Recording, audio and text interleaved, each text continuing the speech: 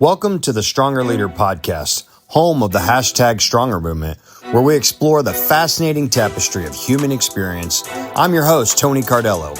Each episode, we'll sit down with a remarkable guest to dive into their unique journeys, from successful business leaders to individuals who have faced the darkest of times and emerged stronger, even from some of the inspiring youth of this emerging generation. We'll also cover essential topics on marriage, leadership, as well as spiritual, physical, and mental health, all in hopes to provide you with the tools and motivation to navigate your own life's challenges. Whether you're here to learn, grow, or simply be inspired, there's something for everyone. So get comfy, settle in, and join us as we embark upon this journey together. Don't forget to hit that like and subscribe button as well. Turn on the notifications so you'll know whenever we drop new content. All right, let's get started. Okay, you ready? Yeah, man, I'm a rookie at this. Oh, no worries, man.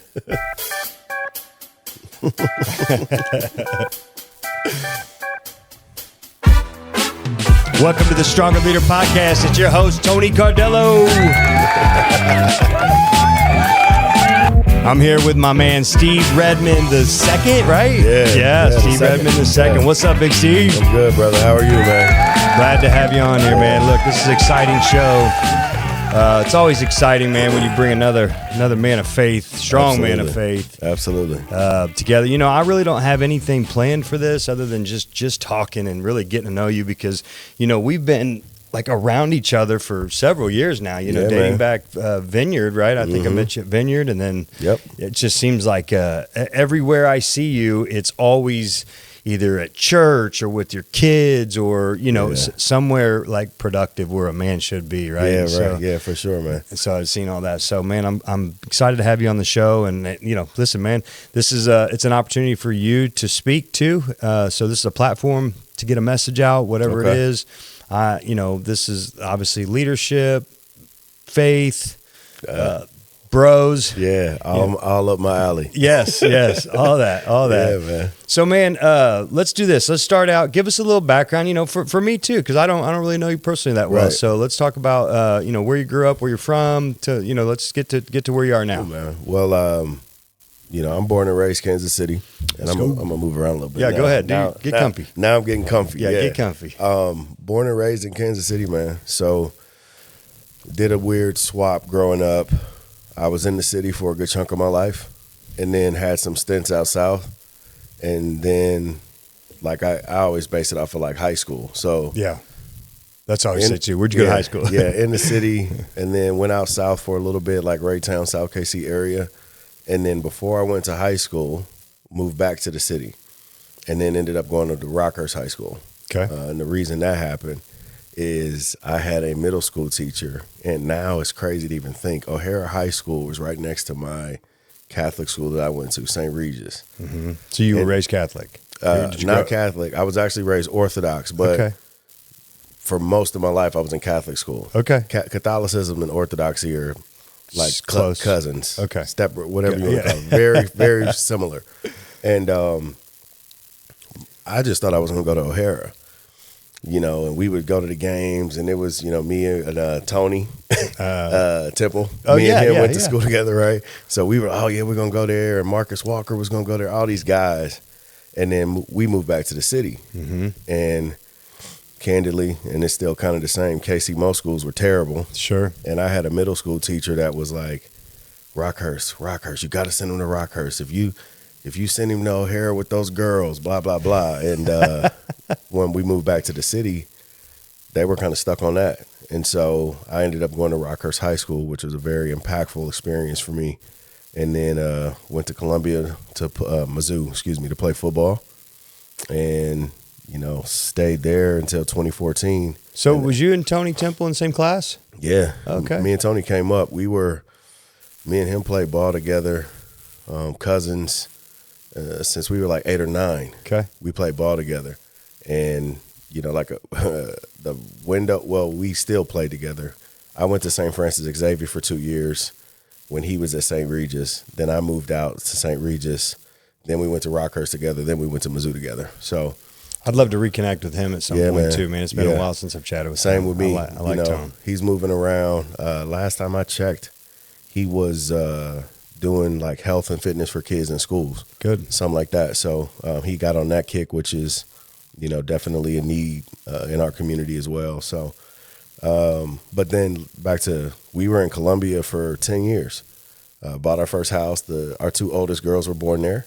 So when did you meet your wife? Did you meet her like in high school or college? College. She played basketball at Mizzou. Okay. And that's a D1 athletes. Yeah, let's go. That's a whole different blessing, man. We were friends first, and then started dating on the back end. That's and then good. Once we started doing that, we were like, oh, I think this could go somewhere. So we got married young.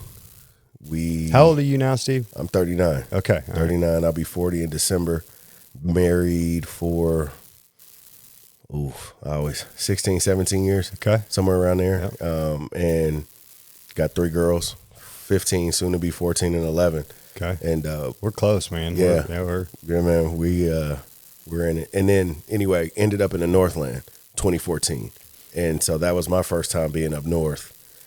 Before I didn't know what happened across the river. I don't know what they do up there, but it's an airport, and it's close to Nebraska and a movie theater, but man, it's been a blessing to be up in the Northland and raise our girls up here. So yeah, it's been good, man. So I'll tell you something crazy. Yeah. Is how paralleled our lives are. So I don't know if you know this. I grew up in Raytown. No. So I grew up in Raytown. Okay. And I ran around the streets. Okay. I went to Rockhurst High School. Did you? Yeah. What? Yeah. Wait, what class? So 97, I would have been. So that's, high school was where my kind of dark ends, my step down the wrong path really started.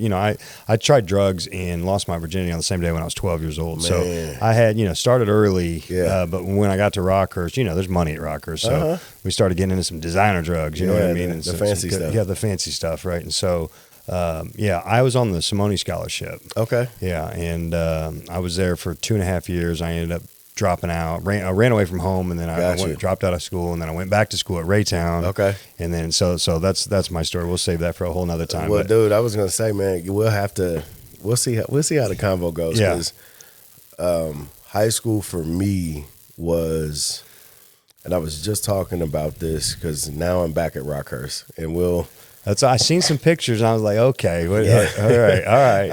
I'm the director of admissions and marketing at Rockhurst. Oh, that's cool.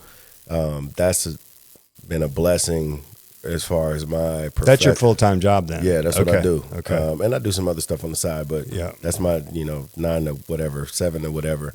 And it's been a blessing, man, because the journey I've been on professionally was crazy, and that place was so powerful for me at a time where my life was in shambles. It was a lot, and I always have to be careful about how I tell this part of the story because, you would have looked at me and thought I was blessed, but like there was a lot of volatility with my dad. There was a lot of chaos going on at home. Mm-hmm. And I was just talking to some gentlemen today about, there's something powerful about, there's something very unique about having not hidden insecurities. Yes. Right. Like being vulnerable. I was going to school in a car that didn't have no windows. Right. Yeah. That's right. So like I was coming from an environment from a socioeconomic standpoint where on paper I don't fit in there. Right. But I'm popular. I'm an athlete. I'm in choir. I'm doing this. And so it was a really interesting time for me because I'd be there having, I don't want to say a ball, but like it was a safe haven. And then I got to go back, to what life was. And so what part of the city were you at? Where'd you grow up at? 31st in Linwood. Okay. Like when I was in high school. Okay. That's where I was at. We spent time all over the city growing up. My family, my mom and dad's side, they were Southeast is where they went to school.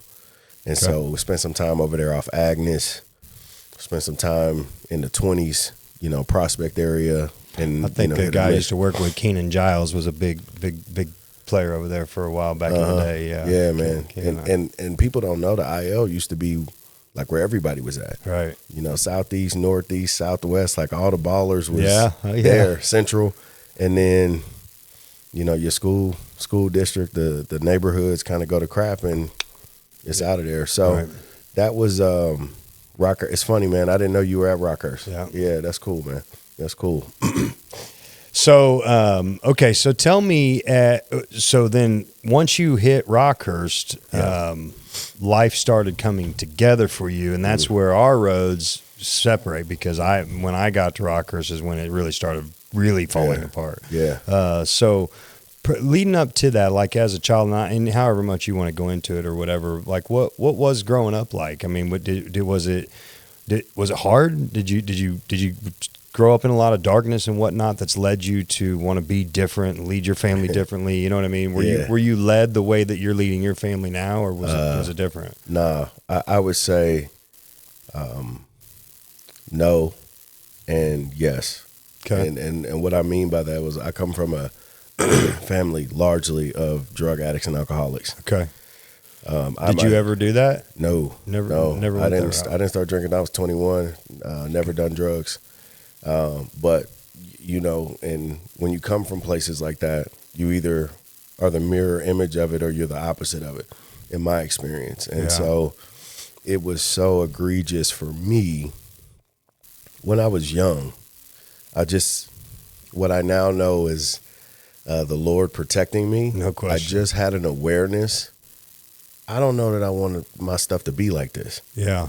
Fighting at the family of, somebody getting drunk and beating each other up. Just didn't feel right. I'm just like, I don't really want to live my life like this. Mm-hmm. So I was always like quietly watching, but I was always kind of the shining star of the family.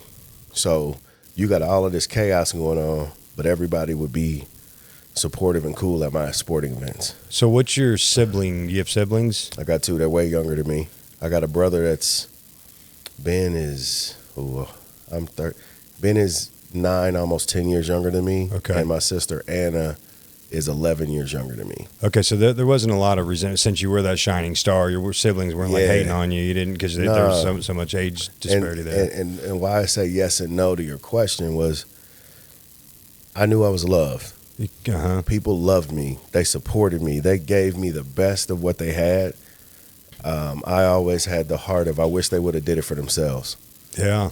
Right? Yeah. Like, you are literally giving me everything you can give me, which love was the beautiful part of it. There wasn't a lot else.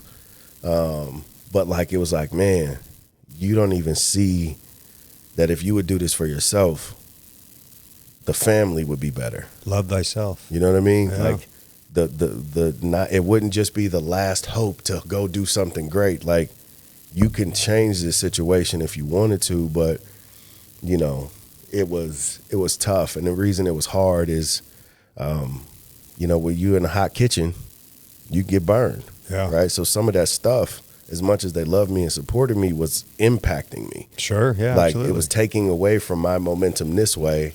And then there's anger and resentment around that and those kind of things. But Rockhurst, like I said, was that catapult 100 miles an hour the other way. Like, if I want to, there was people who believed in me. There was people who challenged me. There was people who held me accountable to say, dude, I'm not saying what you're going through is not tough, but you can either get stuck here or you can fight like hell to get that way. Yeah. And quite honestly, I didn't really know what that way was. Right. Like, okay, I know I got the sports thing, and naturally you think, oh, I'm gonna go to the NFL, but like, as a man, I'm just like, I just want to be over here. Yeah. And trusting that over here is better. So it was tough, man, because like I said, there was a lot that I'm an internalizer. So like, you wouldn't look at me and be like, oh man, he going through something. I'm just, I always make it's the duck on the pond, right? Cool, calm, just kicking like hell underneath, though. Yeah, right? Yeah. So, excuse me. It's all right. So at what point did faith, like deep faith, like what you have now, when did that really start playing a part in your life, and you really started pouring into your spirituality and Jesus and whatnot? Oh, if I'm not answering this well, just let me know and I'll retract. So My faith was always there. Okay. Raised in the church since you were raised in the church. Okay. Particularly, like when I was aware of my faith, we were at a non-denominational church called Reconciliation Ministries. How old were you? I was about 8 or 9. Okay. And, at that time, I just remember us doing a lot of soup kitchens. It's, if you know where Operation Breakthrough is, off of 31st and Truce, it used to be. It's not there anymore. We did Uplift is the one we did, but okay. I think I'm familiar. And so it's right across the street from Operation Breakthrough in the city. It was just an old, rundown apartment building. We do soup kitchens and that kind of stuff. The whole church got converted to Greek Orthodoxy. So I remember getting baptized. In the hood? Yeah. Bro, we was in the trenches, boss. Wow. Yeah. Well, here's what's really funny. That is so cool. We have we had the old beat up rats, roaches infested building. Right.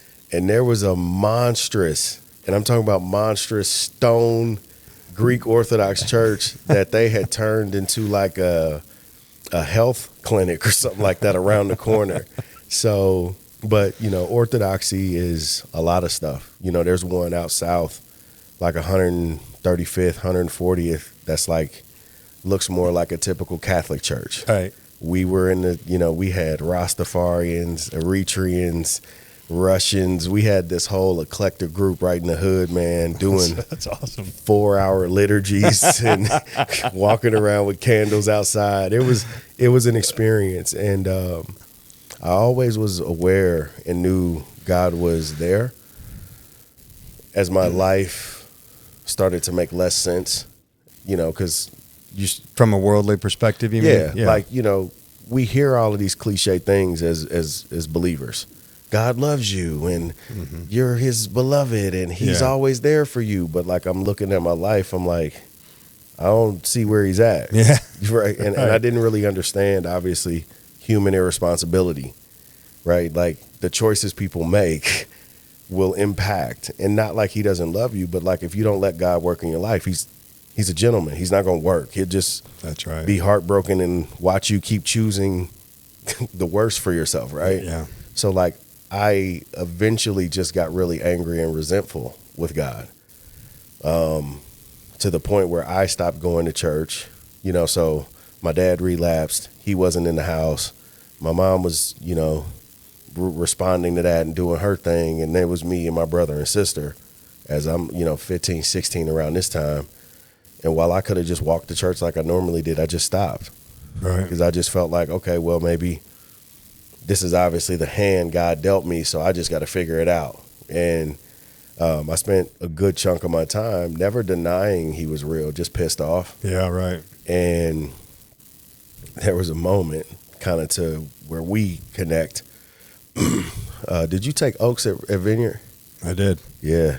I was scared of that class for a long time. Yeah. Because there was a point where I don't know about what you think, but like, I feel like he has so many different children. Some of us, he barks at a little bit more because we're hard-headed. Yeah. So like, it got to a point where he was, active, like, not that he wasn't, but he was just, the way he was talking to me was like, all right, so we going to do this? Or, he was parenting the shit out of you. Yeah, right. So I remember, at that point in my life, I had success. I started businesses, and then they didn't work out. And then, this thing that I just knew was the answer wasn't working. And I got, failure was the big trigger for me. Like when I start failing, that was the thing that kind of brought me to that low place of like, maybe I'm missing something. Mm-hmm. And so I remember going to Oaks. So how I got to Vineyard, because this is an interesting segue. I was coaching and running my gyms and doing that kind of stuff. And there was a lady that worked at Vineyard that was at one of my classes. And, something I had said she really liked, or how I was coaching the class. She was like, you got to come talk to the kid. You got to come to the church. And I had heard of Vineyard. I had never been there. We were still doing the Catholic church thing. Mm-hmm. But we were looking for something different for the girls because, again, Orthodoxy was like, I always said, while there were great things about Orthodoxy, like you almost had to be 200 years old in spirit to be able to deal with what it was, because it was just you in the Lord. Very ritualistic. Yeah. A lot of rituals. Hymns. They singing hymns and prayers. The service is 5 hours. Like, it's just a lot. So have you noticed, and we'll go back to this, have you noticed in that type of, because I grew up Catholic, so it's very similar. I always joked, the only thing I learned was how to recite a bunch of prayers and when to stand up and sit down. I got a good exercise at church. I never really learned a relationship with Christ. But now that I have a relationship with Christ, and if I go to like a Catholic wedding or a Catholic mass or a funeral, whatever, I actually appreciate the reverence of the service, because I actually understand the 2,000-year-old indoctrination or whatever that it really is, and what it's representing, what it means, and it's actually pretty beautiful if you know what it is. But as a kid, you're just like, stand up, sit down, kneel, stand up, sit down. And I couldn't agree more. Like, the reason I still claim Orthodoxy is I understood the seriousness and the reverence of what Christ did. Yeah, we in Orthodoxy, I'm gonna give you the schedule at that time, and they've changed it since. We would start Monday, and we would kind of start loosely preparing the gifts, the body and blood of Christ. Tuesday, we would do Vespers. Wednesday, we would do Bible study. Thursday, from what I remember, was nothing. Friday, we did a community, like, coffee shop thing where we just hung out in fellowship. Saturday, we did a whole service, because you couldn't take communion without doing confession. We did communion and confession every week. Excuse me. So, like, you couldn't take communion without doing confession. Yeah. But to save an hour or two on service on Sunday, we did a service to where people would take confession. So Sunday would be shorter, right? Mm-hmm. And then, because at that time, liturgy was literally 3 to 4, maybe 4.5 hours, depending on that section of service. I mean, you in it. You in it. Now, here's the difference between Catholicism and Orthodoxy at that time. I was an acolyte, which was just a candle server, but you can't see the priest. So they have doors. So when we were doing certain parts of the service, they open the doors, they do different things, but the doors are closed. So I was sitting back there watching the detail to detail involved in that, on how you prepare the body and blood of Christ. And that's what the whole week was about. Wow. So while there were and they tried to make it fun, we would do a family meal after service. Sure, yeah. If you weren't falling asleep, but like, there's some stuff missing there, but like, that stuck with me forever. Like, the whole week is about this moment. That's pretty cool. Every week. Same thing. Like, when you get to a point of maturity with Catholicism, you appreciate the reverence of the sacraments, the just the detail that goes into what they do. It's a challenge when you're young. I've seen some Catholic churches and Orthodox churches do the relational part well, where you feel connected and you feel like you're not just sit up, stand down, do this, be quiet, all of that. But it is hard. So that's what we didn't want for our girls, back to the vineyard thing. So I ended up going to speak at Muckfest, and we were like, this is it. This is where the kids were everywhere. Like, we knew, obviously, if you know one person, you know another 50 in the Northland. Yeah. I'm like, oh man, you go here. Oh, great. And you're home, all of a sudden you're home. And it was great. And so we went that next Sunday, or excuse me, the next day to service. And then we were there for, I don't know, until, the Fred thing and all of that happened. And then, COVID was quickly behind that. Yeah. So, but we in that time, because I haven't forgot about the, the depth question. Yeah. I think they had promoted Oaks. Got it. That service we came to. And I remember getting like this feeling of like, I need to take that. Mm-hmm. I don't know if that was me saying it or if it was the spirit, but I knew, and I ducked it for like 2 years. Mm-hmm. Cassie took it first, my wife, and I was the next class after her.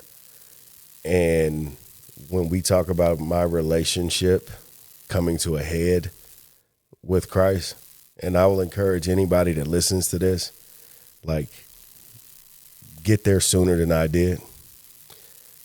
There was this moment where I understood his heartbreak for me in my situation.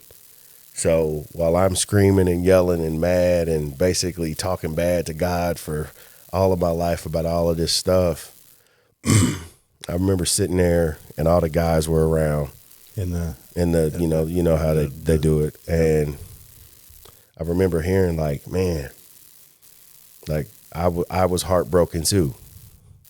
Like that your family was where they were at and they were making the decisions they were making, and they were the impact that it had on you. And here is where I was protecting you from that. Because again, I can't make your dad put the pipe down or the drink down. Right. No matter how many times I call him. If he wants to pick it up, he's going to pick it up. Yeah, that's right. Right? I can't make your family not forgive each other and move on from the wounds that they had that caused all of the chaos you were seeing. You sitting there thinking the world of Uncle so-and-so. Meanwhile, you got 5 family members jumping him and attacking him from something that happened 20 years ago. Yeah. Right? And I remember that moment. I know, you know, I'm in there crying and this whole thing. And I done laid my whole little, swords and blood and, showed my bloody hand to the sins that I've, committed. And I remember one of the guys was just like, man, I love you and I'm just glad you're here. And it was like that, oh, I'm not what I do. Because there was so much stuff going on in those moments. Like, I don't know if people love me because I'm football guy Steve. I don't know if, people are with me because of what I can do. I don't know. Like, there's a lot I don't know. It's that moment where you understand the terminology. It's not who you are; it's whose you are. Mm-hmm. When you figure that light bulb goes off for a moment, whose you are. Mm-hmm. That's special. And it was so deep because in that moment, a lot of those questions were answered that I wasn't even asking. Like for me, as you can imagine, I did a lot of stuff, and I don't mean bad stuff. I did a lot of great stuff motivated by anger. Yeah. And I got to a point, this is where I told you he was barking at me, got talking bad to me. Me and Cassie are married. Kids are healthy. They living in a great neighborhood. They running around. We live in the dream as we asked for, as we prayed for. Yeah. And I'm still trying to find stuff to be mad about. Right. Not even with them. Just because I don't know who to be if I'm not upset. Uh-huh. If I'm not driven, okay, I got to be, it's like, son, how long you going to keep playing this game? How long you going to keep denying me and ignoring me for where I am in your life versus where you think I wasn't? Yeah. And it all came to a head, among other things, in that Oaks experience for me. And that's when I realized, he really loves us. Like, he gets a bad rap for human irresponsibility. I'm mad at you for what my dad chose to do. And being able to understand and process that with the Lord is a powerful experience. Being able to get yourself to a place where you will let him show you what was really going on versus what your little eyes or just distorted eyes see. Mm-hmm. And I said, wow. And that actually helped me have a better relationship with my dad. Because now that I was obviously that far away from the kitchen and all of the chaos and being directly impacted by all of that stuff that was going on, I still was heartbroken that my dad was in that cycle, had that monkey on his back. Sure. But I'm like, man, but look at where your dad started. Mm-hmm. He didn't have a dad. His dad didn't have a dad. He was doing drugs at 9, sexual abuse, all of this different stuff. It's a miracle. It's God that you that were born to teenage parents are even in the spot you're in. Yeah. Because on paper, you shouldn't be. Where I'm from, yeah, we don't make it past 17. Yeah. And so it was just this like continual layering of, Lord, what do you want me to do? Mm-hmm. Like, for one, thank you for being so patient. Yeah.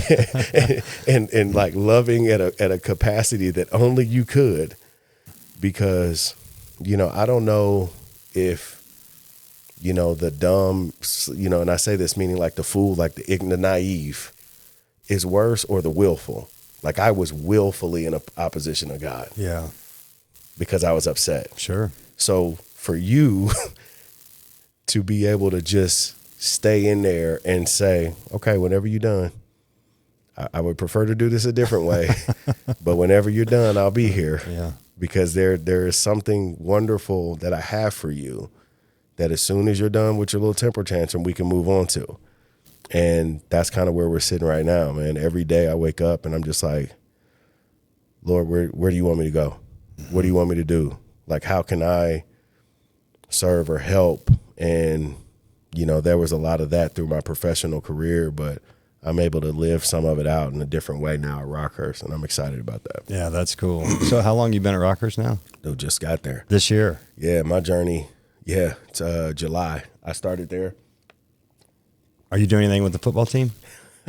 That's an ongoing question. No, so here's the deal with admissions and marketing.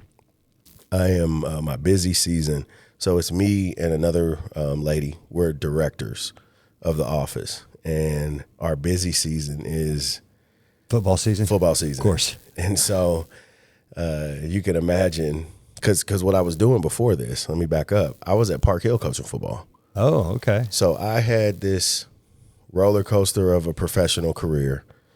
And again, man, that we gonna have to do this more and more. Yes. And because you know, being off center, you're off center with God. So then you got other stuff off center. So I'm chasing money. So a chunk of my career, I'm chasing money and corporate America, doing insurance and starting this business and slowly scraping at the heart he actually gave me, which is to serve. Yeah.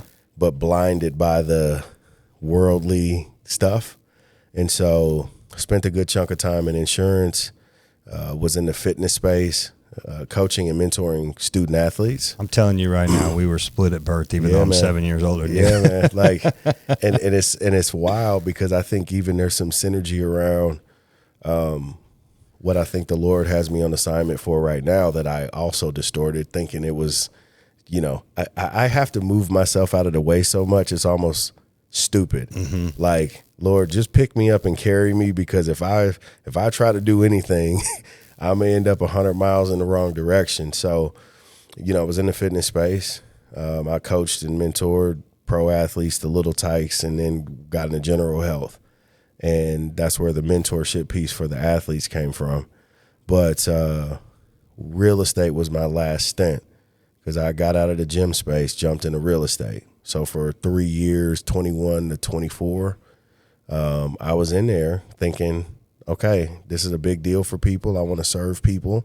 I want to help them make the biggest decision in their life well, right? And it quite, you know, candidly, the market was a little more for me to deal with. Yeah, I didn't have the legs under me. I didn't have the my confidence was shaky versus what the market had become. Sure. You know, I was doing well for a couple years, and then interest rates go to 8%. Yeah. And I'm sitting here like, ain't nobody buying nothing. Hey, yeah. So what can I do? Can you help me? And so again, failure starts to bring me back to like, what am I missing? Mm-hmm. And one of our pastors. Where are you at now? I'm at New Wine Church. Okay. Yeah.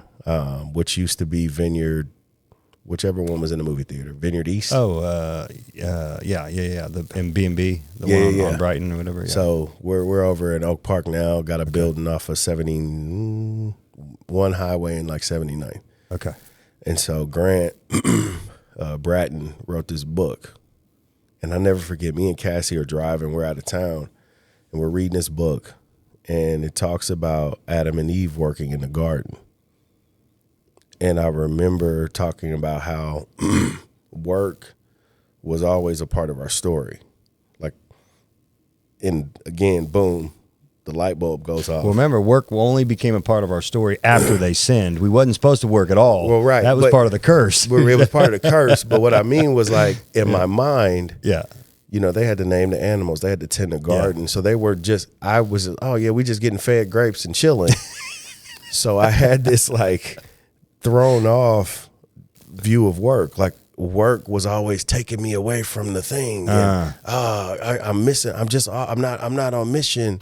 And I remember, like, when I read that, I'm like, dang, again, I'm off base.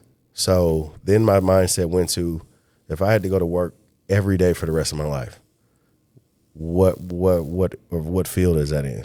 And it was education. It was kids. Sure. So I pivoted, got my sub cert, started just, and you know, my wife's in education. She's a principal. I didn't know that. Yeah, she's a principal. She's been in Columbia. She was at Rockbridge. We moved here. She was in Park Hill South. Middle schools, was at Staley most recently before her new gig. So she was at Staley for like 6 or 7 years. And then now she's out at Center Alternative. And so I've known different than Staley. Oh, yeah. Different. God bless her. But she loves it, man. And, you know, she's that's more of a calling. Yeah, like she's an in the trenches kind of girl. Yeah. She wants to have an impact. She wants, you know, these kids to realize their life means something.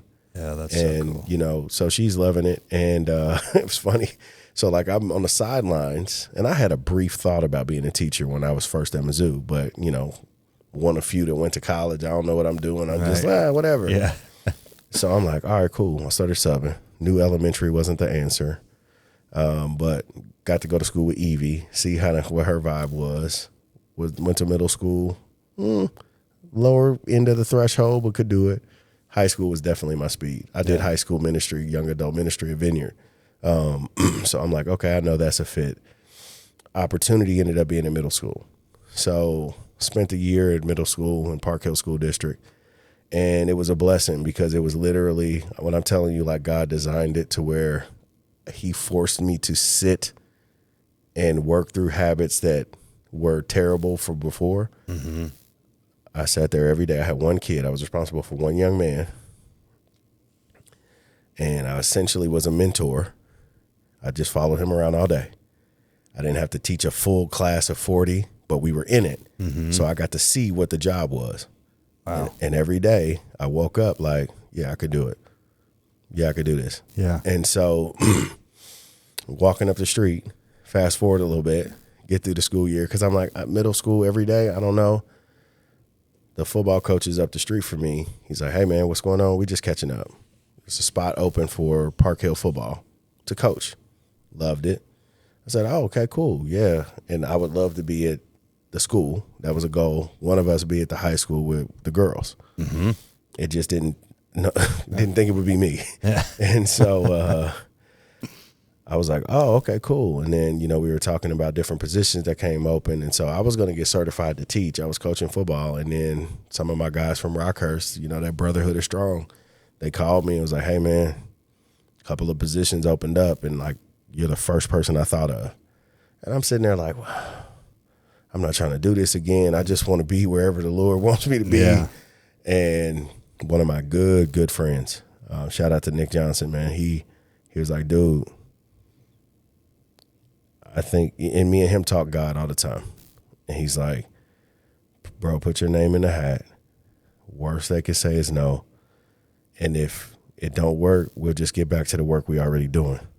And I was like, all right, man. And they didn't. So I've been there since July, and it has been a blessing to be back in a place that was so impactful and shaping me into the man that I am. Because back to God, they openly talk, like, that's what they do. They build God-fearing, powerful, successful men. That's been the challenge and the work that they've tried to evolve into, you know, over the years. And I mean, they've always done it.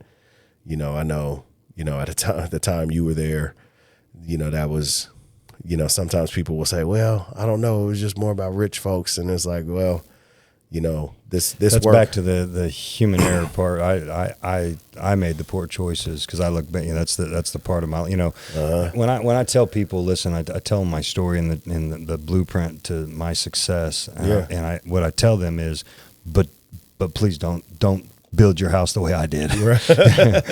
do not do this. It's the trajectory and the way that I went about building what I got now. I don't recommend. Yeah. It makes for a cool story and all that stuff, but skip the cool story. It ain't that cool if you don't have to do it. Trust me. It's like this one, because I would tell the guys in high school ministry, like that was plan B. Like God has a plan A. Mm-hmm. Go with plan A. Yeah, that's right. That's a great way to put it. I've never put that perspective. Tell you are so all of the adversity. He wants you to do without. So right. If you could just follow the wisdom, you know, and take it and apply it, ask questions about it, whatever it is. Like I love that too. Like, don't build your house the way I built it. Mm-hmm. There's a better way for sure, man. So it's but it's been cool, man. And I just love where I'm at, man. I'm curious because, you know, I've been talking a long time. Like, what we got here, man? What's the stronger leader? Tell me about this. So the funny part about it is, so, you know, what you'll learn about me as we get to know each other more is that Dominique coined the phrase for me, anything worth doing is worth overdoing. And that's just kind of how I don't half step at anything, good or bad. You know, if you ain't going to be good at it. You know what I mean? So I did everything bad really good, and I do things good really good. You know, I like to just be great at whatever I do, right? And so it started out with a homework assignment. I've been working with a psychologist, like a performance coach. And, he's the team doctor for the Oklahoma City Thunder, Dr. Wayne Chappelle. Okay. So I got hooked up. Do you ever listen to Life Church at all? You listen to Craig Groeschel? Yeah. So I used to go to their, and the only reason I haven't gone is because of work. But their global leadership summit. I love it. Yeah, I mean, I was supposed to go this year. I had some tickets from the church to actually go and be a guest, you know, of Life Church at the deal. Get there, man. Yeah, I need to. I definitely need to. So, I'd heard Craig.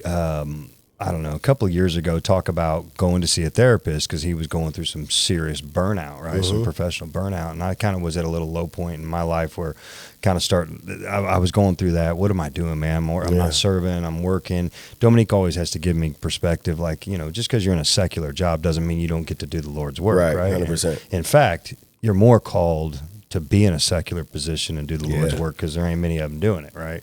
So anyway, I'm part of what's called a legacy team, and there's like 2 or 3 families. There's 46 locations across the country now. Life Church has. Oh, okay. And each location has like a group of team families, 2 or 3 groups of families we kind of get brought into a little bit of the inner workings of the church. You know, some of the business stuff. You know, they just kind of just bring us in on something, not major, but anyway.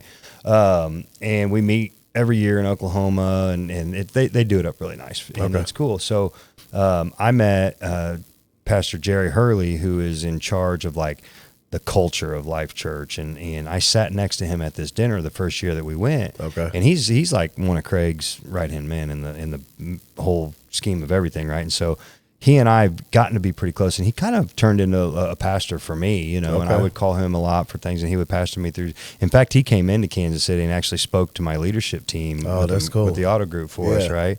And he was paramount in building Target, their culture as you know it now. So he was with Target Corporation 20-something years ago, establishing their culture. Yeah, so he's a culture guy, right? Yeah. So he and I got to be pretty close, and I called him one time, and I said, hey, that doctor that Craig sees, because I find myself, I resonate a lot with Craig because just a high performing kind of guy, you know what I mean? And now he's in jiu-jitsu. I do jiu-jitsu, you know, he's just, you know, I just really found a lot of relation to him and parallels. And so this guy helped him out, and I was kind of going, so I said, hey, this doctor that Craig sees, do you think that, you know, I could ever get access to him? He's like, I know who it is, and I don't, I didn't know, but he's a high capacity guy, right? Yeah. He's like, I'm not sure that he's taking anybody else on, right? So I was like, I shot my shot, right? And a couple weeks goes by and nothing. I'm like, all right, whatever. So, I'm just meandering along, and Pastor Jerry calls me and says, hey, here's Dr. Wayne's number. He said he'd be happy to take you on, and as a referral from Craig, and blah blah blah. And so we got to working together, man. And this guy, so his story is. He went to college to be a psychologist, right? And he got out of he got his doctorate and all that.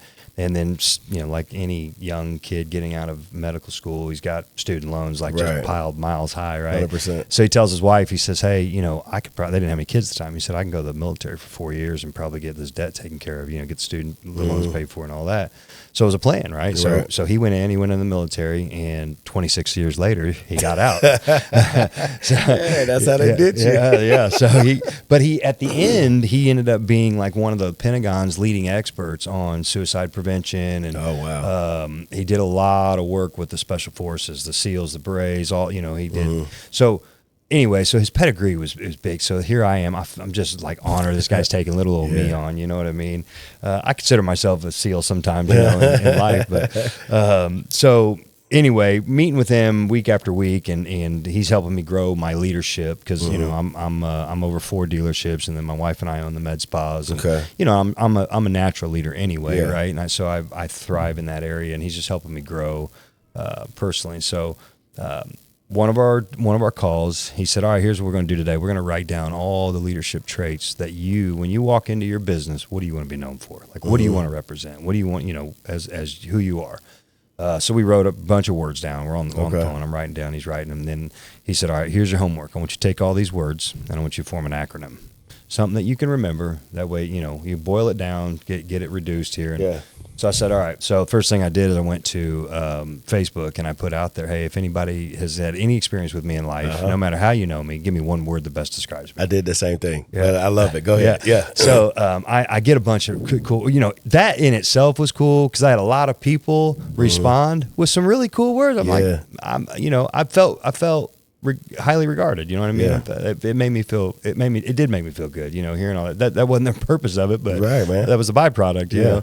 So I get solid and strong, and those, I'm like, that's me. I'm I got to figure out which one of these I want. So then I went to ChatGPT. Yeah, of course. So leadership words that start with S, and then it spits them out. And I write them down, O and L, and so I'm doing it both, solid and strong, right? Well, gotcha. I kept gravitating. More words that I liked were over on strong, right?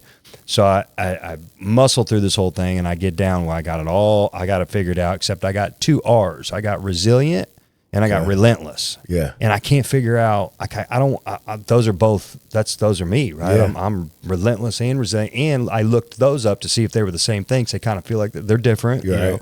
They mean different things. I'm like, I don't want to. So I turned my homework assignment half done. I was like, all right, here, Doc, here's what I got. I'm kind of stuck on this. What do you recommend? And so he looked at all the first words, and he said, well, here, I can't remember what it was. He said, let's put this word down here, and then you can keep the other R. We'll extend it to stronger. Yeah. And so it turns out, so stronger is my acronym. It's spiritual, trustworthy, resilient, open-minded, noble, genuine, encouraging, and relentless. Love it. So those are and so here's where it accelerates. Here's where I go overboard, right? Mm-hmm. So then I get online and I find the wristband. It's called Wristband Pro. I just Google, silicone wristbands. Yeah, Wristband Pro. Yeah, Wristband Pro. Yeah. So I order like 1,000 wristbands. Just off the cuff, right? Yeah. I get black, white, and this camo one. And then those come in. I'm like, cool, man, this ain't enough. So I'm like, I gotta get a website. Mm-hmm. So I go stronger.com, taken. Yep.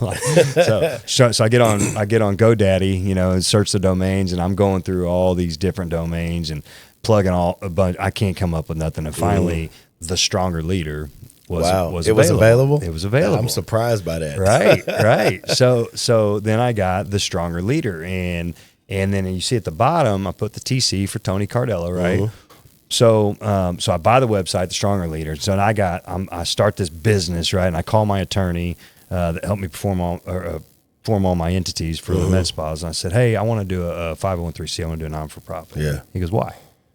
That's why I want to start this company. I'm not really, I'm not motivated financially by it. It's more of a mission project or whatever. He says, let me just give you a piece of advice. He says, can you be a for-profit company and give money to people? I said, well, yeah, of course you can.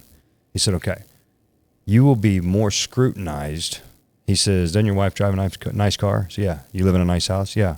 Well, I work. Doesn't matter. Yeah. You have all those nice things and you got a non-for-profit company. It's not a good look. Yeah. He said, just be a for-profit company, stay under the radar, and just give all your money away. I'm like, okay, I can do that. You know? So that, so I don't even have to do that because I've got a management company that we have that is the umbrella company for all the med spas. Right. So I just run everything under that, and I just got a DBA as the stronger leader, right? So I got this full-blown company now. Right. Next call, I get on with Wayne, and he says, all right, so you ever do selfie videos and stuff like that? And I was like, yeah, for the car business, you know, I'm 20 car Cardello, you know, I'm always doing my car stuff. And he said, well, every time you have like a little motivational thought or whatever, just do a little video and post it, you know, just start building, you know, like leadership stuff, who you are. I said, okay. I'm like, and that ain't enough. So I did Instagram, a TikTok, a Facebook. I set the whole YouTube channel. I set it all up all in one blast. Right. So I got, you know, the Stronger Leader YouTube channel and all that. Cool. And so I started doing videos. The easiest one was every single day. I just started with the Stronger, right? So I did S when it's spiritual. I just did a little 30, 60-second clip on what spiritual was, right? Next day, so that, you know, that got me for 5, 6, 7 days, right? And then I just, every day, man, I just get up and like kind of just off the cuff, whatever I felt like doing. And this has been since like, I wanted to go back and look at the actual date I started, but somewhere around like March. Okay. And there's never been one day that I've missed doing a video since March. Yeah, man. And I usually do it 5 a.m. in the car, you know, right before I go. So anyway, me and my son gets up at 5:30 in the morning, goes to the gym with me. He's 10. Yeah. Every single morning, he don't miss. Right? I love it. So we're in the car. I don't know, I'm probably, a couple weeks into this, and he looks over me because I'm doing this video. I'm like, hey, be quiet. He's on his iPad, right? And he's like, what are you doing? And I'm, you know, the real answer is I'm trying to show you what a man looks like, and I'm trying to be I want to be a good leader for you, really. That's the real deal, right? But he's 10, he ain't gonna understand that, right? So I'm like, man, I'm just kind of doing this leadership thing, and it hit me. I'm like, you want to do it with me? He's like, well, what do I do? I was like, buddy, I don't even know really what I'm doing. Yeah. I'm just winging it, man. We're just, you know, I don't know. We're doing it for all the right reasons. You know, I want to lead men. The core of the ministry is a men's deal. Yeah. So I want to lead men to be better men, and to ultimately lead them to Christ if we can, you know. But if not, they can still be better men, you know. Yeah. Leadership, all that stuff. And he's like, well, what do I got to do? I'm like, man, I don't know. Just do some videos with me. And he's like, I don't know if I want to be on camera. I'm like, it's all right, just whatever. I said, you want to do it with me? He's like, sure. So I took my logo and I send it to my t-shirt guy, and I blow it up on my phone. You know, you choose your finger on the iPhone and mark it up. So I blow it up on my phone, and I put the little 2 just with my finger over the TC, because he's my junior. Okay, TC too, right? Gotcha.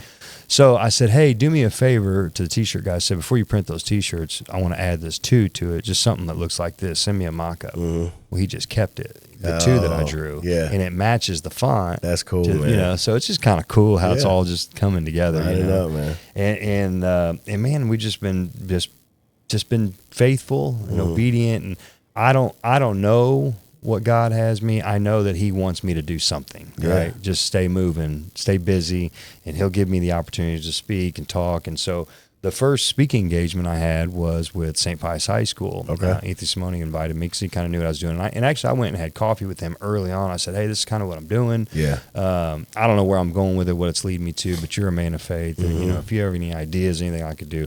So he calls me and says, hey, I got something for you. Why don't you come talk to the boys? Yep.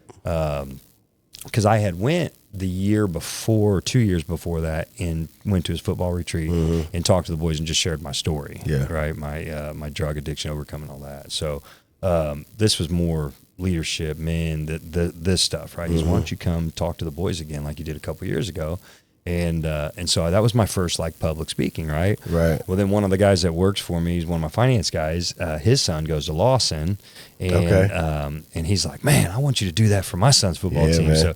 So he sent it to the coach up there, and they're a public school, you know. So he's like, "Let me get it clear with the admission." He's like, "I would love for you to do that. Let me get it clear with the administration and all that." And so he ends up calling me, "Hey, man, listen, you can do it? Can you come?"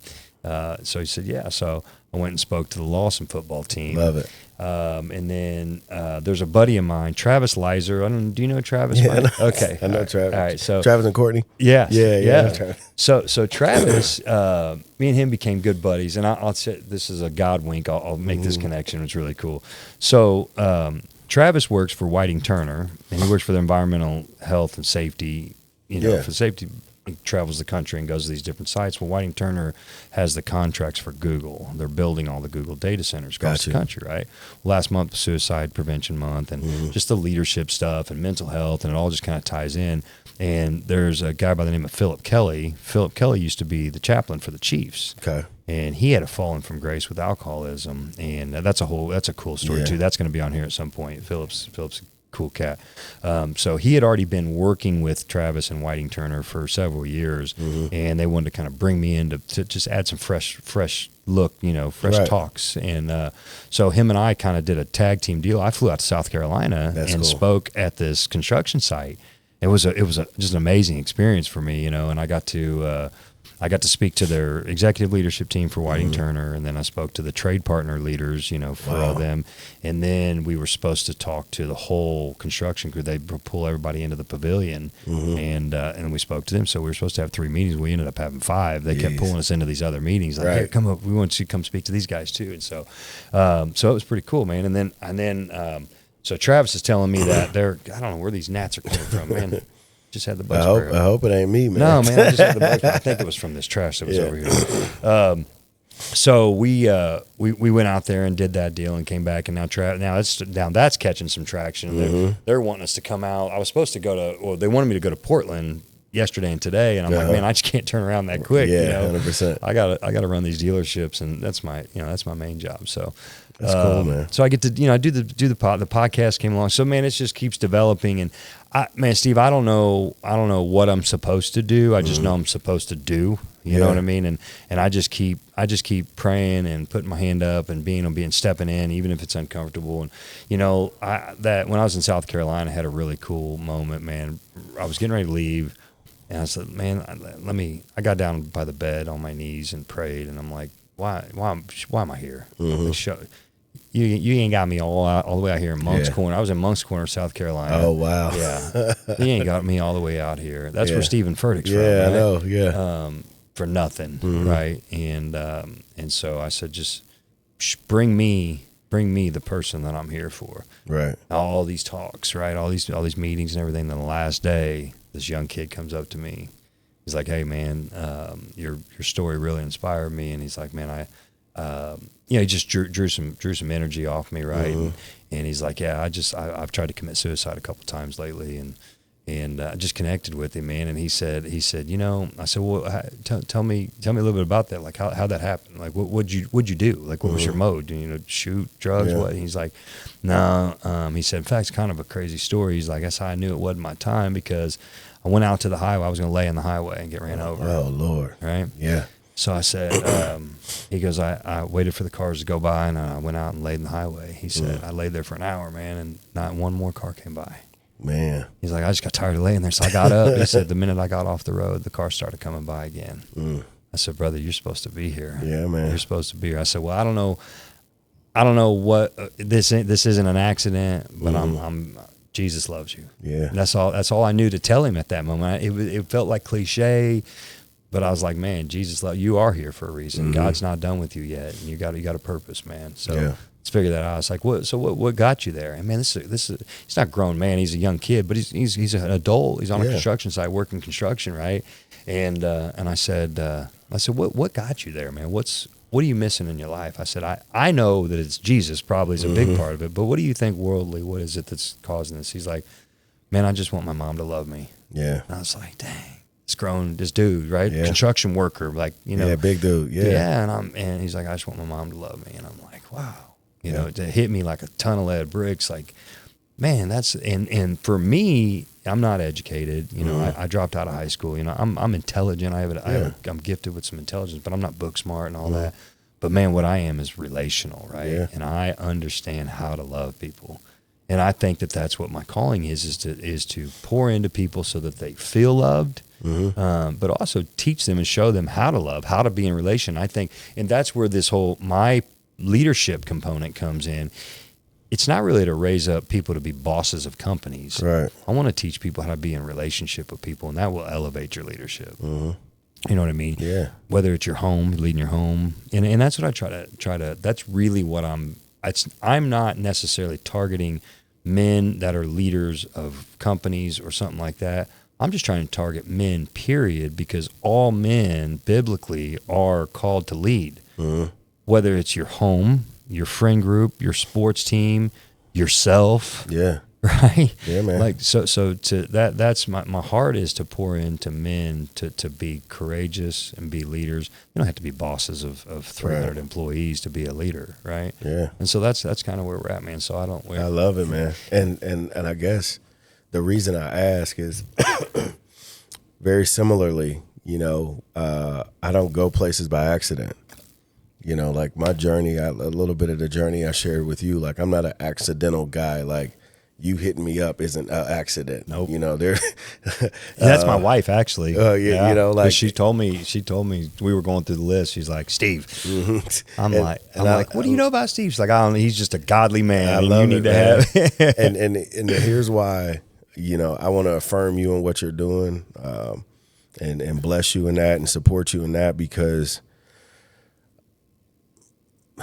man, this is going to be crazy. So I watched my father, and, you know, sometimes on a bad day, it comes out like I'm not impressed with the brand of man the world is producing. And it seems egotistical. It sounds like that sometimes, but then I go back to, I watched my dad struggle immensely. For a lot of reasons. He wanted to be loved. Now obviously he went through a lot of stuff. Sure. But the thing he was pursuing that had him riding the roller coaster was wanting to be loved, wanting to be supported, wanting to be, you know, somebody say, I'm proud of you. Yeah. He was Big Steve, right? I've watched two other men that were very important in my life fail immensely in leadership roles, painfully. And, you know, I'm not talking about a company, even though we know guys do that. And I told somebody, I said, man, you know, the thing that really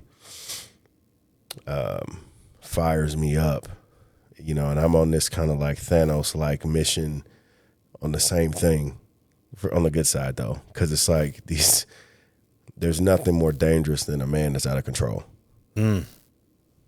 Because we are called to quite a task by God. Yeah, we are.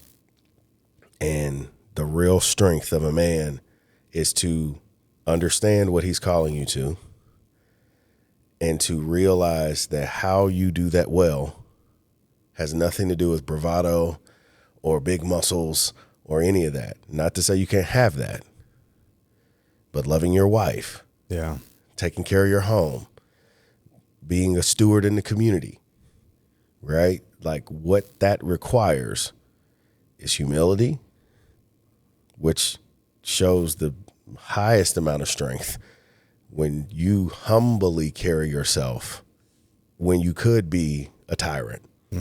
That's a real measure of control and power. If I could be a tyrant and I choose not to be, I could do these things and I choose not to, similar to Christ. Have you ever heard of Jordan Peterson? Yeah, I've heard of him before. Have you? So he does a bit that I've adopted lately about being dangerous. You may have seen the sound bit. If not, I'll send it to you. But send it to me. He talks about we are called as men to be dangerous.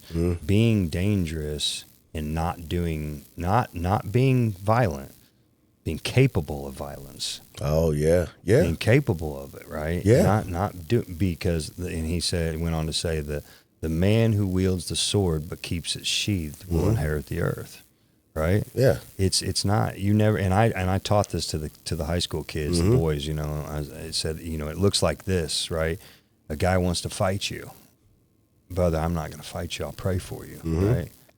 However, that's not going to work for everybody, right? Right. This brother might still want to fight you. And if a dude swings on me, I'm trained. I darn near was a professional fighter. Yeah.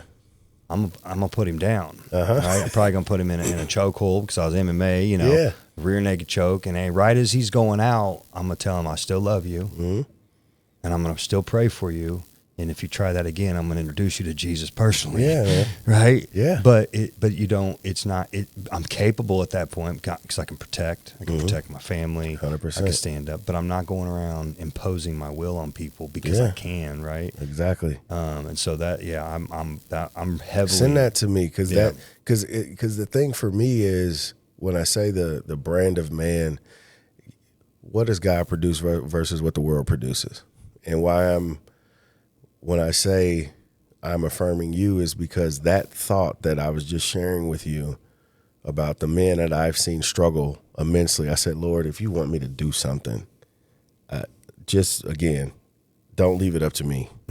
Just connect me where you need me connected. Put in front of me whoever it is, because I'm tired of seeing, I'm very passionate about people living life well. Yeah. I personally believe you have to have a relationship with God in order to do that. I'm not saying your life will be terrible, but like if God is not the focus and we put ourselves in control, we're going to be off center like we talked about before. You're chasing the money or you're chasing this thing, and that leads you down a path because you're going to be, here's God, here's where you're at, and that leaves room for all kinds of chaos. But the thing that has really fired me up is there isn't enough connectedness amongst men to support each other how we need to be supported. I can't help but think if the stronger leader or what I do was in full force or active or connected even, where there could be a network where, I'm not the pitfalls. I don't want nobody. I don't want to seem weak, or I don't want to blah blah blah. All the BS we tell ourselves as men, where we don't deal with the pressure and the different stuff that we have going on, trying to be good men. Yeah. Right. And I'm so sick of us missing the mark because I'm not activated or you're not activated. I used to think it was about athletes, right? I want to work with athletes. I want to work with athletes. I just had a conversation in the last week at Rockhurst High School, and I'm starting basically what I was doing in gyms and this and that. And I'll have to show you my little paradigm, if you will, of philosophy on like how I teach this. Because one thing I found is part of the problem we have is we don't have language for the things we experience. So I'm very big. There's a piece of my little thing called Deep Health. And I tell this story about how when you don't have language for something, the reason life feels heavy sometimes is because we experience all of these different things that we don't have language for. You feel it, but you don't have language to articulate it to then say, Tony, I need help with this. Yeah. So I told you my high school life was rough. And while I'm going through it, in my mind, I'm just saying I need to be tough enough. I need to be tough. Stop being weak. Just be tough. You can get through it. I remember, are you familiar with Maslow's hierarchy of needs? I'll send it to you. Okay. Too complicated, but it's this hierarchy of human needs. It's physiological, safety needs, belonging and love needs, esteem and actualization, this pyramid of things, right? Physiological needs, air, food, water, boom. Safety, I'm literally safe. And I mean, environmentally, but also like I have money to do things, whatever it is. Then you have the love and belonging needs all the way back up. Actualization is essentially you realizing your potential esteemed, you're respected, in a brief version. I remember sitting in a psychology class, and I'm listening to the professor talk about this, and I'm having this moment of like, oh shit, that's why my life was so hard. Like I didn't know this was a thing. Yeah. I'm just living I don't got no food in the fridge. Mm-hmm. Oh, I'm going home to the hood. Oh, and it was like this whole different dimension of the world opened up, because I'm like, I remember talking to the dude. I'm like, when did they come up with this? He was like, this was like a century ago, something like that. It was crazy. And I'm just like, wow, that having the language to be able to say, oh, that's why that felt that way. Mm-hmm. When I'm showing up to Rockhurst and I'm feeling the heaviness, but I don't even know what to say, to be able to, like, for somebody to say, hey man, can I help you? The deep health piece. A lot of times, I just had this convo, so I'll kind of go over it. I'm talking to these young men, because my thought is, the way the enemy moves, the way the world is, we can't get to our young people soon enough. Mm-hmm. There's no telling what they're being fed or told or all of this stuff in this day and age, right? At a fast rate. Before we are even thinking about it. Mm-hmm. So I'm like, I got to get these guys. I don't want you to be 25 or 30 before you hear and realize this, when this can help shape your life and you structuring your life in a way that is how God intended it, right? So we're talking deep health. And I came across this information studying for a nutrition certification, precision nutrition. They have these 6 categories: mental health, physical health, emotional, relational, environmental, and I always forget the other one. But I had added it. I added spiritual health, and I added financial health. And when I would mentor my athletes and my people, I would talk to them, because if you ask the everyday person, when you hear health, what do you think? They'll say physical, like I work out. Yeah. Or now in the last 2 decades or so, mental health. Mm-hmm. But you don't have a sentence or language for relational health. Yeah. The danger in that, similar to me when I was coming up, is if you don't have something that says, how I define it, relationships that give you life, support you, and have your best interest in mind, and are life-giving, right? Relational health. Yeah. And then ask the question, how is your relational health? Or can you identify these people in your life? When you don't have language that sends a radar off, when you have a crazy girlfriend, or you're looking around at your toxic family and you just think, well, this is normal. This is just family, so I just have to deal with it. When they're actively pulling you in a direction you don't want to go, you are walking yourself into a trap that you don't know how long it's going to take for you to get out. You're not equipped. You're not equipped, mm-hmm. right? And you're just thinking it's normal because that's what you see everywhere. And so the light bulb going off for these young men when they just looked at it, I haven't taught it to them yet, said, hey, can you connect the dot on how your relational health impacts your life? If you're running around with a bunch of assholes, what do you think your life is going to be like? It's going to stink like an asshole. Versus if you're running around with successful people, with high performers, it's one of 2 things that are going to happen. You're either going to level up or you're going to get left behind. Yeah.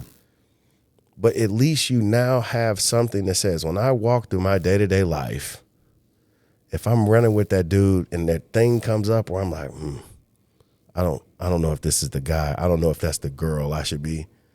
You're not spending, hopefully, any additional time to figure out, well, is this the right person or not? You have language that can help you move through that quicker and get back on mission. People that don't know, it looks like this. They end up saying, man, something was telling me that it was off. Yeah. And if you got a clearly defined sentence, and I told him this too. I said, guys, the reason this is important is because you all just told me you don't have any language for any of this. I'm not saying mine is infallible. I'm just saying now that you're starting with something. Yeah, got a baseline. Like you have a baseline to now design your life, to assess your life. Is your environment, if someone would have asked me, how is your environmental health? Because, you know, I have, when we really get into it, I have them scored just so they have a reference point. Right. Because we're so distracted now, we can come up with stories that tell us our lives are great and they're not. So it's like my environmental health, it would have been like a 4 out of 10. And maybe on a good day, just knowing that someone could have given me some encouragement. I'm not even saying somebody would have been like, hey, Steve, let's move.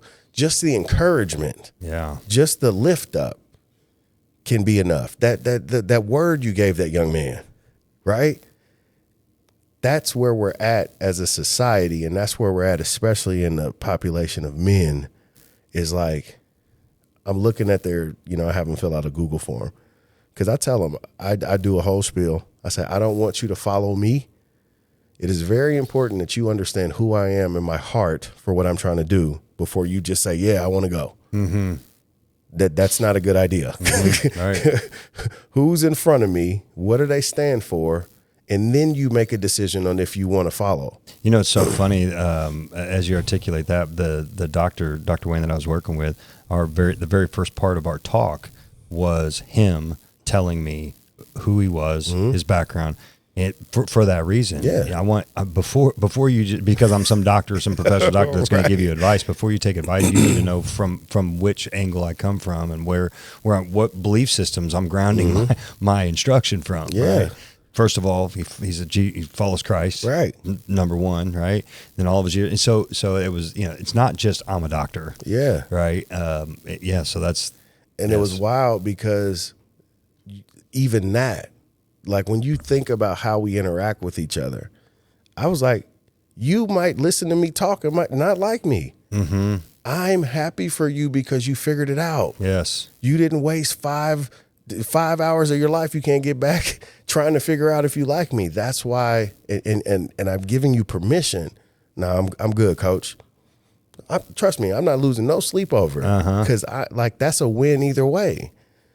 But wanting more of this stuff for like I said, it's weird for me even saying it because when I ask the Lord, I'm like, dude, if there's something, there has to be something done to put a stop to this just men falling off the wagon or being a shell of themselves because they don't have and wherever it comes from, right? I mean, for me, the one thing that I wanted more than anything, it took me a while to figure this out.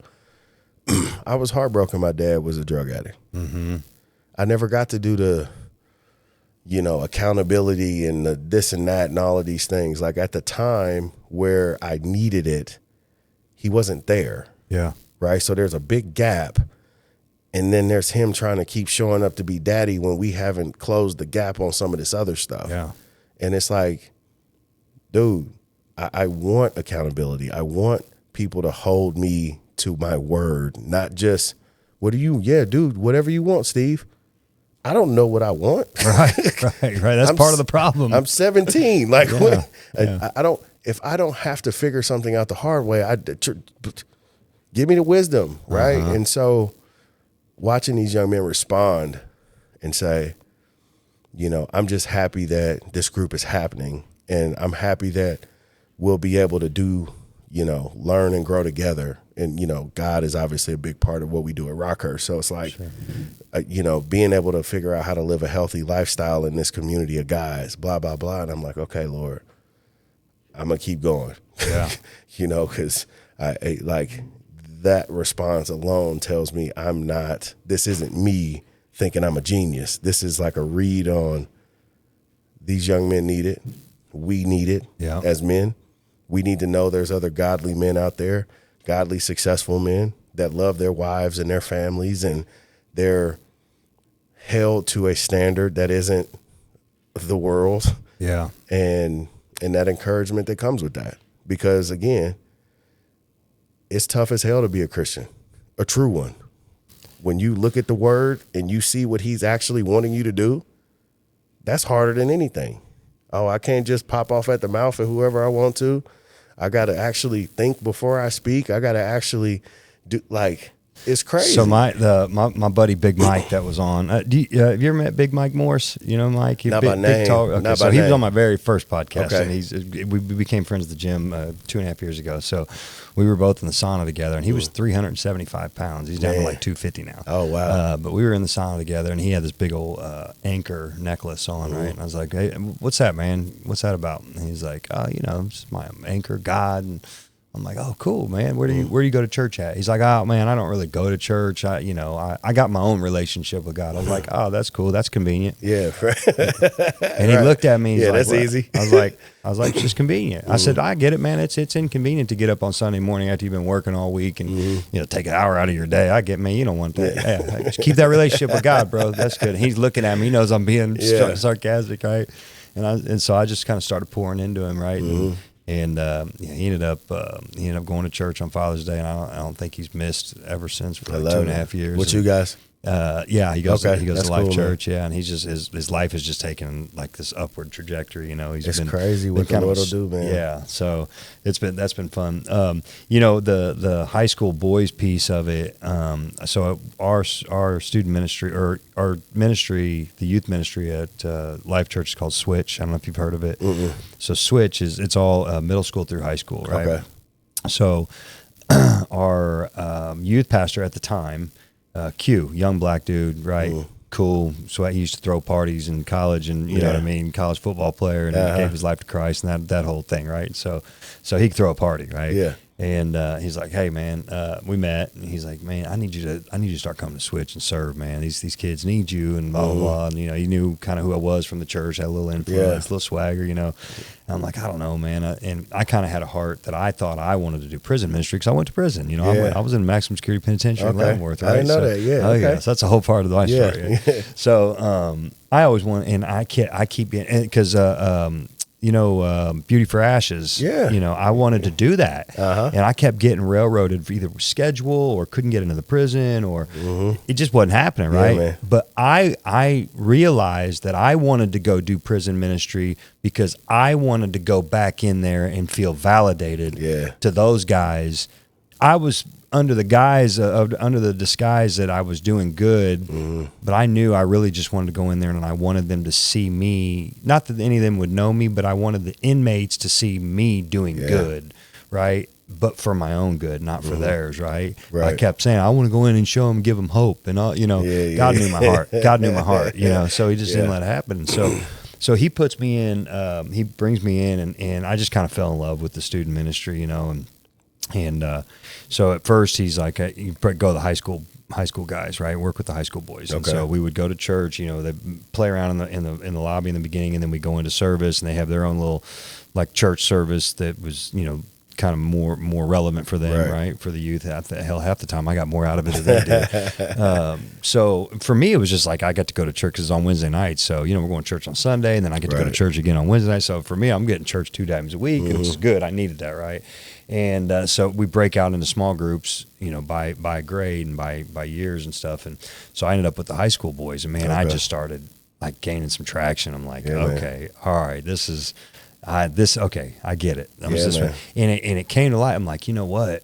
Because like I told you, Rockhurst is kind of when everything went. Really, it started down a curious road before that when I was younger, my early teens. But Rockhurst is when it really started. I started getting into heavier drugs. So I realized that at that point in my life, had I had somebody like me, to just steer me, man. Just steer me. I didn't need to be fixed. I just needed to be steered. It's just a guide, man. Yeah, man. It's just a shepherd, dude. I tell people all the time, my addictive behavior, I get, when I do something, like I do it, I go all the way in, right? That is a blessing. That ain't a curse. Right. God gave me a passion. I just fed that passion drugs. Yeah, man. Yeah. Back to the human error side, right? Yeah. I was making poor decisions as a human, which is, I tell people all the time that the biggest blessing that God gives us is that freedom of choice, right? We got free will. I know. And it's the biggest. It's huge. To me, I hate it because I'm like, good grief. Boy, have I screwed that one up, but but it is, man. It's the greatest gift. It is, you know. I'm ministering to a guy right now that's went through some stuff with his wife. I'm getting off track here, but he's doing drugs. And I said, hey man, this is going to sound super cliche, but I'm telling you right now, just say no. Like it literally. You just say no. I'm not going to do it. Nobody's forcing the drugs. Nobody's shooting a needle in your arm. Yeah. No, you are in free will choosing to do it. Yeah. And you got to, and that's so. When I tell you these conversations matter than both of us can quantify, is because you and me in our own way. Because what I told you, you actually just gave me some more clarity, because the athlete thing. And again, what we don't see, because the noise internally, I feel more comfortable as the shepherd, because I want you to be a good man that just so happens to be an athlete. That's right. I'm worried about you as the person, but I also have the perspective to be able to guide you on, that's not as big of a deal as you think.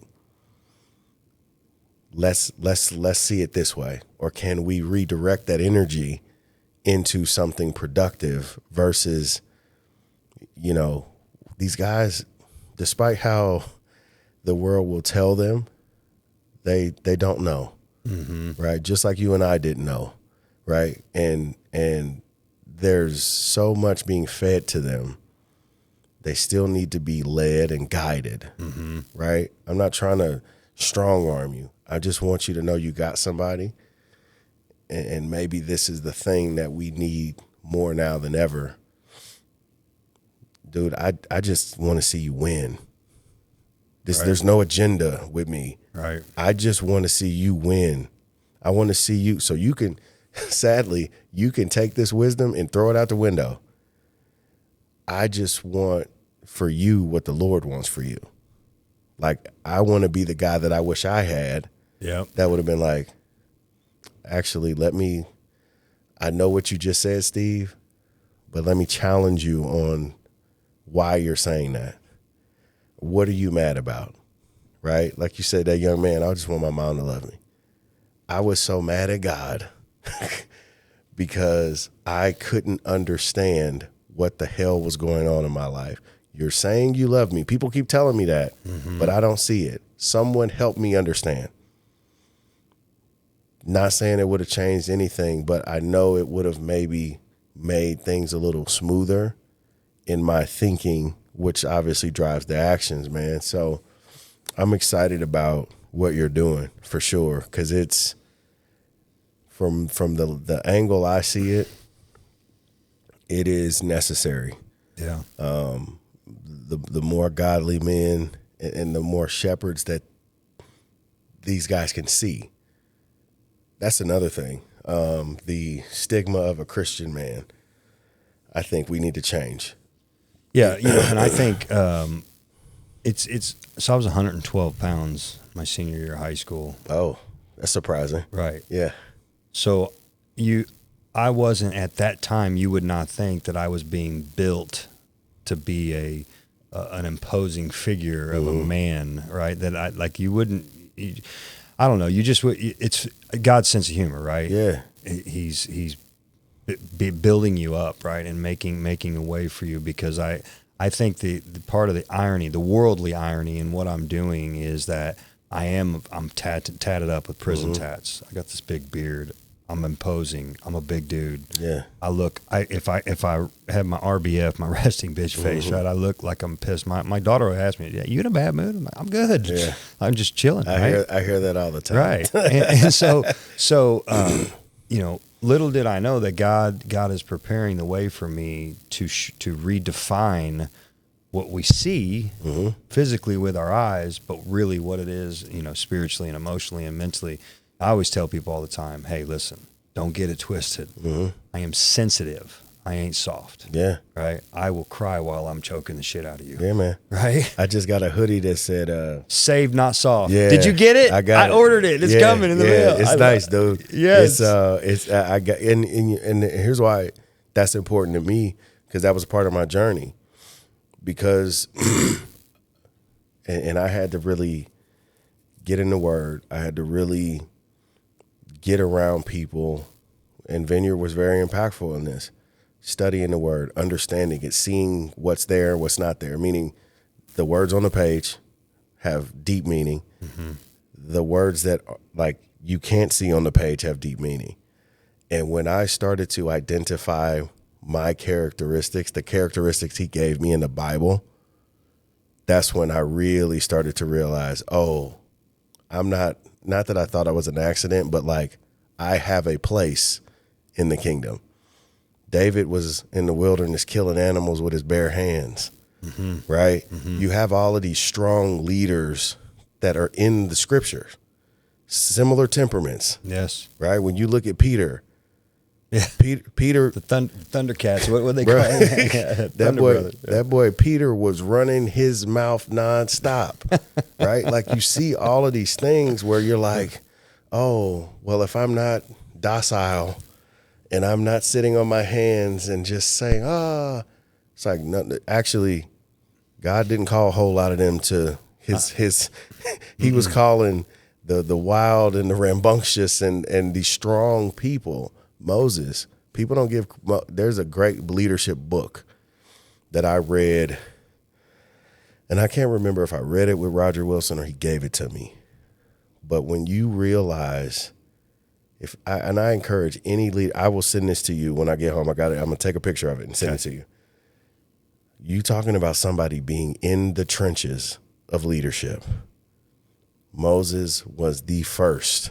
Yeah. In every way you can imagine. And he was not happy about it. Yeah, well, he didn't feel qualified or anything. He didn't feel qualified. Mm-hmm. He was pissed. He was mad at God. It was all of this different stuff going on. Isn't there some account that he really couldn't speak well, or he had a speech impediment, some kind of speech impediment, and that's why God sent Aaron with him, his brother. Yeah, because he could talk. Yeah, and so and Moses, there was one man. It's in the scriptures, but it's also in the book where they talk about God was so mad at Moses, he was going to kill him. So like when I say that for anybody who like you haven't connected with the Creator, like how he wants to connect with you, you have to be able to see this 4D lens of scripture. He was so mad he was going to kill him. Yeah.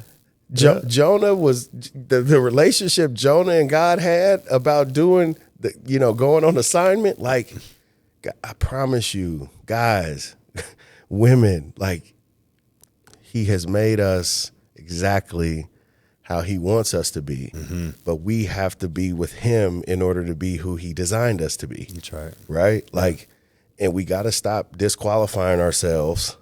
Like it wasn't a bunch of crazies in the scripture. Right. Yeah. The whole, like if you actually read the Bible, it's craziness top to bottom in there. And that means that even in our version of the craziness, he got something for us. Mm-hmm. He has an assignment for us. And it's meant to be in collaboration, right? That's why you and we have a very similar past in a sense, because it was like, I was trying to do so much on my accord. Yes. And guess what?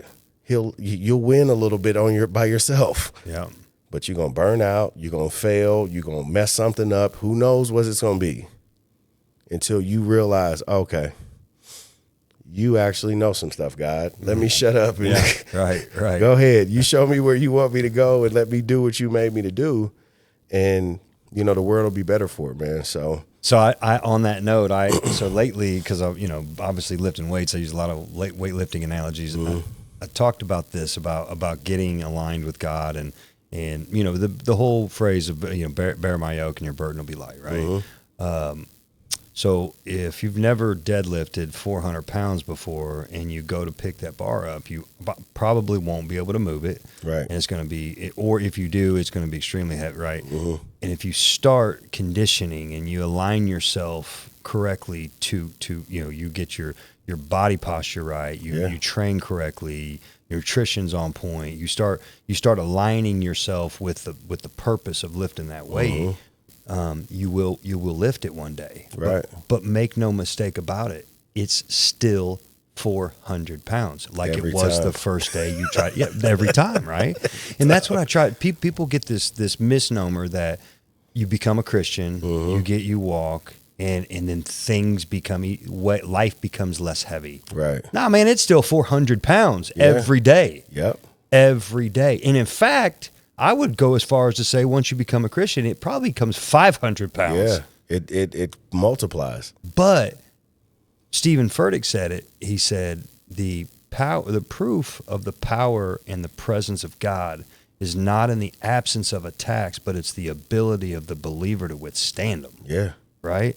So you create this synergy, and there's no better way to create that synergy than with men. Iron sharpens iron, right? Yeah, man. Being with men. That's the name of my club, Club 2717. I love that. Yeah, and to that point, it's like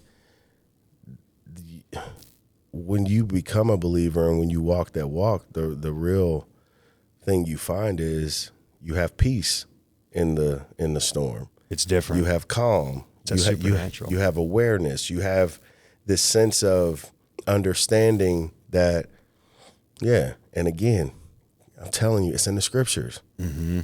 Whether it's Jesus on the boat, the whole world's ending to everybody else. He down there taking a nap, chilling. Paul shipwreck, got bit by a snake. Like our ability to live the life, because it doesn't get easier. It's not like we don't go through stuff. Mm-hmm. It's not like we're not going to get punched. We get punched usually harder because of the awareness the Lord brings us into of how we're supposed to be. Yeah. And then it's like, okay, now I have to handle this like your child, not like my mom's, not like my dad's, not like whoever. And that's a whole nother concept of realizing what belonging to him actually means. Mm-hmm. It's like, yeah, I know your mama and them taught you some stuff. Right. This is the expectation. And, you reconcile that difference too, man. So that's it, man. That's it. It's good stuff. Yeah, sure. And on this, because we're talking about all men, the other flip side of this for me is that, so where do women come into this? And so how do I minister to women? What can I do to provide for women? Well, I want two things. I want to empower women. Yeah. I want to empower them to hold us men accountable, right? And I say this all the time, and I don't know where I got it, but I love the analogy. The man is the head of the house, but without the neck, the head, it does nothing. Yeah. You look at a guy with no neck, he can't. He's got no direction. Yeah. He's got no support. So that woman is really, because when you look at what they do when they go to kill somebody and hang them, right? They break the neck. Yeah. Right. You cut the head off. Yep. At the neck. Yeah. Right. So that's why for us men, we have to protect our women, because that's our neck, man. That's our support. That's our guidance. That's our direction. Yeah. They have that intuition, right? So I want to empower women to step into that, right? Step into that powerful role that they have in our lives, right? And we talk about all the time, the submissive wife and all that stuff. That is not a weak, meek role. That's not submissive like what people think, like be a slave and just be and don't do nothing, right? Yeah, man. It's not at all. No. And so I want to empower women to hold men accountable. And I think that, so if we all play a part into how we got to where we are today, women are equally as responsible for men not being men, because they allow it. Yeah. There's so many good women out there that allow men to be boys. Yes. And they got to stop. Got to stop. And right? it's painful. And we'll probably have to do, we'll talk about it off book, because it's what we're even scraping at is so powerful because the Lord is involved in it. Mm-hmm. It's a collaboration. Everything is a collaboration, right? We're talking about the household. It's a man and a woman, right? The submissive part. Yeah, humans always want to bastardize stuff for their agenda. Yeah. In that same scripture, if I'm not mistaken, we are supposed to, as the man, love our wives as Christ loved the church. Amen. Which means he died. Right. 100%. Right. And in conjunction with that, and this is how we always talk about it in my house. If I am doing that, there should be a reciprocation that the scriptures say submissive, meaning there's going to be, you're going to follow my guidance, but you're going to do it because I'm loving you, which means I consider you. Yeah. So it's not just blindly following. Because I love you like he loved the church, I'm already considering your perspective, how it's going to impact you. What do you think? So the submission, to your point, it's not weak. It is I don't want to say transaction like it's business, but like it's a collaboration. Mm-hmm. Yeah, that's good. My husband loves me. He takes care of me. He provides for me. Like the whole ticket. And so I am going to be receptive to what he is saying. Mm-hmm. And that's powerful because our relationships as men and women, me and my wife are doing a dating thing at the house for our girls. Mm-hmm. Y'all are invited. I'll give you more details later because our relationships as men and women are so screwed up. Like we can't even get to a point. A lot of times people are bringing so much baggage to the relationship, we can't even get to a point, and it starts with not having God there, to where we can even know, like, we're on the same team. So yeah, like this isn't a bow down to me or do this. Let's work together with this thing because it takes two to make these kids. It takes two to raise them. Yeah, which is a whole nother set of problems that we see in the world. 100%. You know, well, why? There's a lot of divine order that is being skipped over, thrown away, that is creating so many problems that we have. And the world is just making up stories about why. Mm-hmm.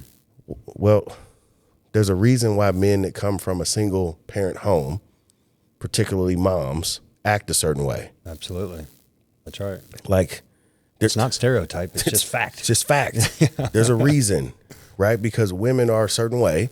And I'm not saying women aren't capable. Again, I got a house full of strong-willed women, right? But it's like when you look at the design, women are very gifted at certain things, just like men are. There are some things that my wife can do day and night, nonstop, that I have no threshold to do with our kids. Right. Yeah. Right. And conversely. Yeah, I know, because every time my wife goes out of town with one of the kids and I'm stuck with the other two, I'm like, get home, get home. I'm gonna kill him. And it's like the nurturing, the whole everything, right? And they need both, right? If my kids had to deal with me by myself all the time, dude. Yeah. As much as I love them, I'm still human. Yeah. I'm still gritty. I'm still edgy. Yeah. Yo, you don't want to eat, you ain't eating. Yeah. Right. Like I'm gonna go sleep like a baby because I come from nothing. So to me, whatever your problem is, you gonna figure it out or you not. Mom ain't like that. Mm-hmm.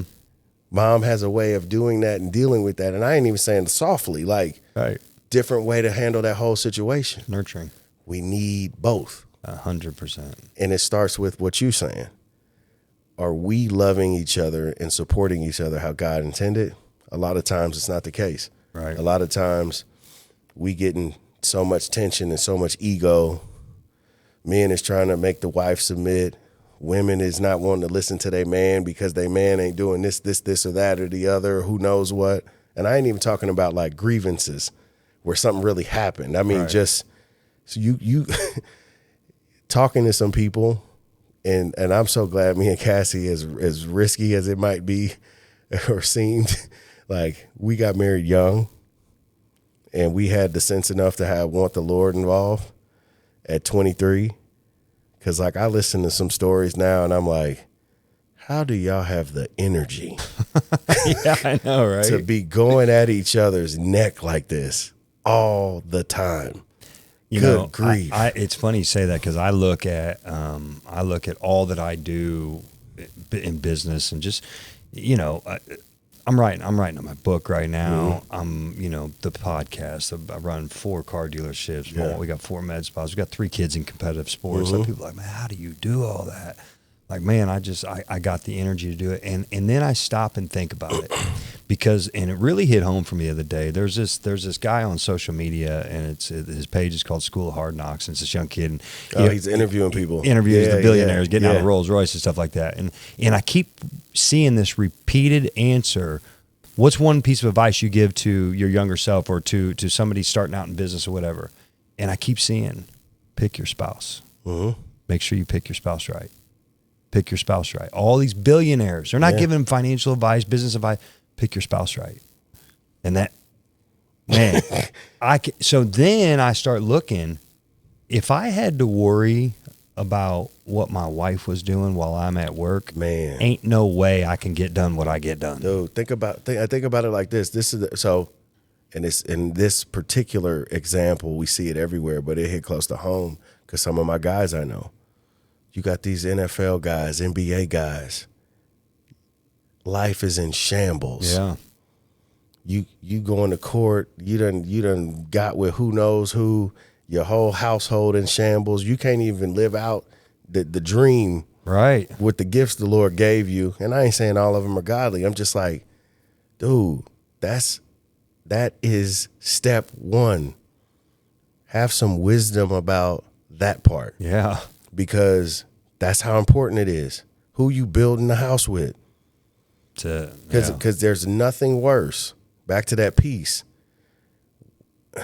And this is what I want to help young men, and quite honestly, anybody figure out.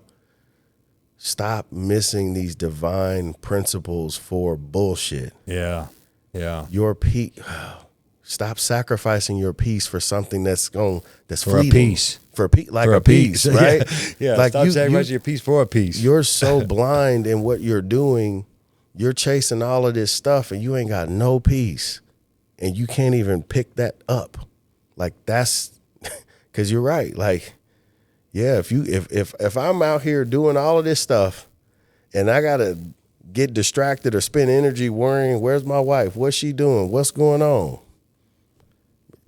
You're already in shambles. Yeah, ain't no way you can focus. No way, man. Listen, the whole peaceful part, and because I had at the height of my addiction, at the very end, I had a 37-foot chaparral cruiser up at Smithville. I had a 30-foot boat on the other. I had two boats up there. I had 67 feet of boat up at Smithville. I got a Harley, a sport bike. I got a 300C SRT8. I got Dominique's Yukon. I got a dually. I got two houses. Jeez. I'm rolling. Yeah. Right. Miserable. Yeah. At the end, my just to pay the loan payments on all the stuff I had was $11,000 a month. That's before I turn the light on or ate a morsel of food, right? Oof. Just to keep the banks. Well, I lose my job. I ain't got no job. I start back working. I'm making $1,000 a week. Whoa. That's it. Dominique's making $3,000 or $4,000 a month at the hospital. Yeah. We short. Yeah. We are short. My buddy says, "Hey, do you tithe?" I'm like, "What? Yeah. Tithe, brother?" I'm like, 10% of my income. I'm like 40% short. Right. He said, "Well, it sounds like you can't afford not to tithe." Yeah. And so that I will go into that another time. That's the story of how I got into giving. But so I had to hustle, and I'm making ends meet. I had a warehouse full of goods because when I was all messed up on meth, I went and bought all this freight and stuff. I was hustling, I was messed up. Yeah. And so I still had this warehouse, and I'm sober now. Yeah. And I was going to Vineyard, right? And I tithe, and I go and I come out. I tithe $100, right? Because my buddy said, "Here, you need God." Yeah. Right. Obviously, if you're that short, you're gonna need His help. Yeah, for sure. I'm like, "Hey, you're right. At this point, I'll take any help." Right. So I get $1,000 on Friday cash. My buddy was paying me. I go to church on Sunday, give $100, 10%. Yeah. That's all I know, right? I come out, my inbox from Craigslist, all the stuff that I was selling, it would be blown up. So I drop them off at church. I go down the warehouse. I pedal off. Yeah. I make a couple quick grand. I give the money to Dominique. She'd pay whatever bills were due. Yeah. That whole time I'm cycling through. I never missed a payment on anything, right? God kept providing, right? Man. I wasn't getting ahead, but I wasn't going behind, right? And so where I was going with the story is I knew to alleviate this pain, I gotta sell this stuff. I gotta get rid of my boats, my bikes. I mean, at this point, anything in my life all was centered around being high and doing meth, right? Yeah. So nothing in my life that I had was of any substance, because I couldn't imagine going riding my bike, because I would go ride my bike and get high. Right, 100%. I go on my boat. I go up there on a Wednesday night, and I'd stay up there. I'd sleep on the boat all through the whole weekend, just getting high the whole time. Yeah. So everything I had, I was getting high on. So I need to get rid of it anyway 100%. In general. So I start offloading all this stuff, right? I get rid of everything, Steve. I got my wife's car payment, and I got my house payment, right? And all of a sudden, I understood and felt what peace meant. Yeah. And I had nothing where I thought I was finding all my joy, because it was fun. I mean, you can see that big boat coming up the highway. Yeah. Your new boat, $100,000 yacht. And you're like, yeah. Yeah. Man, there was all kind of joy in that, right. But it was for like this long. Exactly. Right. And so that's why I kept chasing that dopamine hit, buying a bike, buying a house, buying a car, buying Yeah. And the joy was just so fun. And it wasn't until I understood that deep, that joy from God and Jesus, and that internal of loving yourself and being loved, and actually being and having a good relationship, and I started experiencing joy on a whole, like at that supernatural level. I love that, right? Man. Yeah. And so that became addictive. Yeah. That became addictive for me, having that feeling that was of substance and durability, right? Yeah. Then I kept pouring. So then I was like, well, if I feel this good in my relationship with my wife, what if I made my relationship better? How much better would it feel? Exactly. So I keep pouring into her and our relationship. I go to Oaks, and then her and I go to Empowerment together, and then her and I start doing the Prepare and Enrich marriage mentoring through Life, or through Vineyard. Yeah. So we just, and we see a psychiatrist every Thursday morning at 7:00 a.m. When I was going through the initial phases, and man, I just kept, because I was addicted to getting better and being in relationship, and dude, man, that joy, you can sense it in me now. I get fired up thinking about it. And that is a small example, even though it's a major, of him working everything for good. Absolutely. Like, that fit like, people hear addictive personality, but like when he turns it into something, like you become a powerhouse. Yeah. Because it's the same characteristics except shifted for good. And it's like, it seems it is supernatural. Like when you looking at people like, oh my God, how you do all of this stuff? And it's like, dude, like jokingly, but it's like, that's an addict. Like when you got that, that's how powerful you can be. And it's cool to hear that, because again, man, I was telling somebody the other day, I was like, man, I started writing my book. It's about right. That's about right. Yeah, you did. I'm sure you did. Yeah. One more thing. Why not? Yeah, man. Yeah, get it done, dude. So that's that. I love it, man. I love hearing all of it, because these are the, and I'll say it again, these are the conversations and the relationships that got to happen. Have to. And we got to get people connected with their people to be able to have them. I call it, and I'm still organizing this piece, but like I call it like my task force. Yeah. Because high performers are a certain way.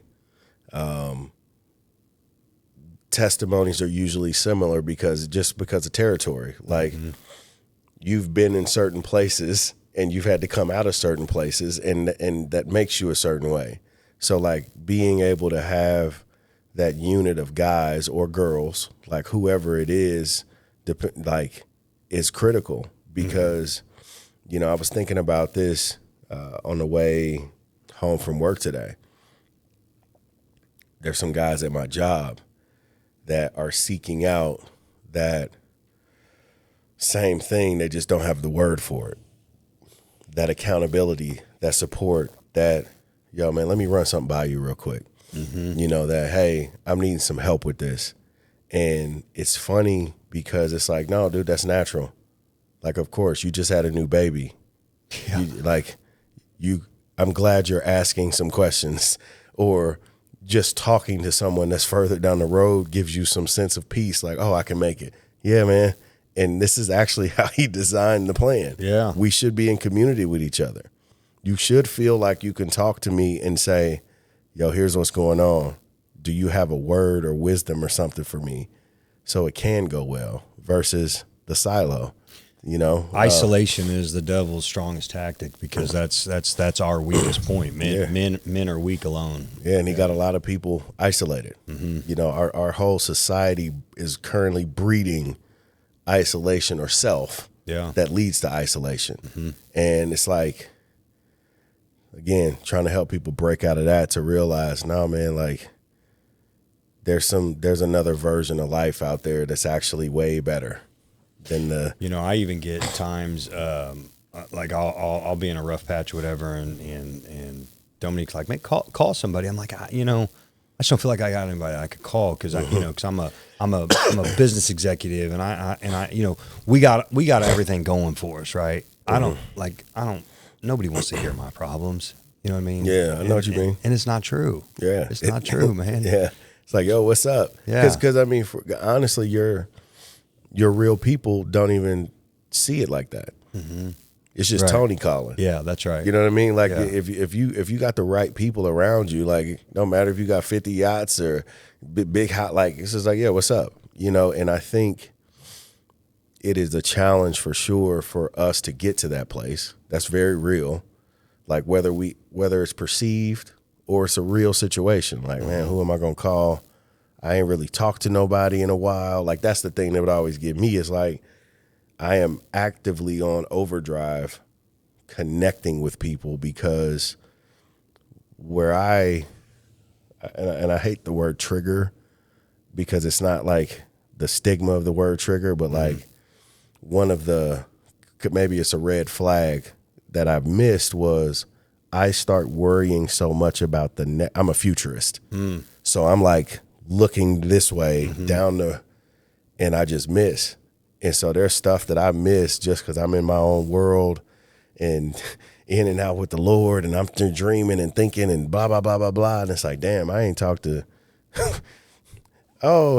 happy birthday. Like, I'm like the awkward guy. Like, how long has it been, man? Oh, 15 the first question years? is like, man, what do you want? You call me after this long. Like, you want something? No, it's just, you crossed my mind finally, So I've been actively trying to be better because there is, I think, also back to the humility word,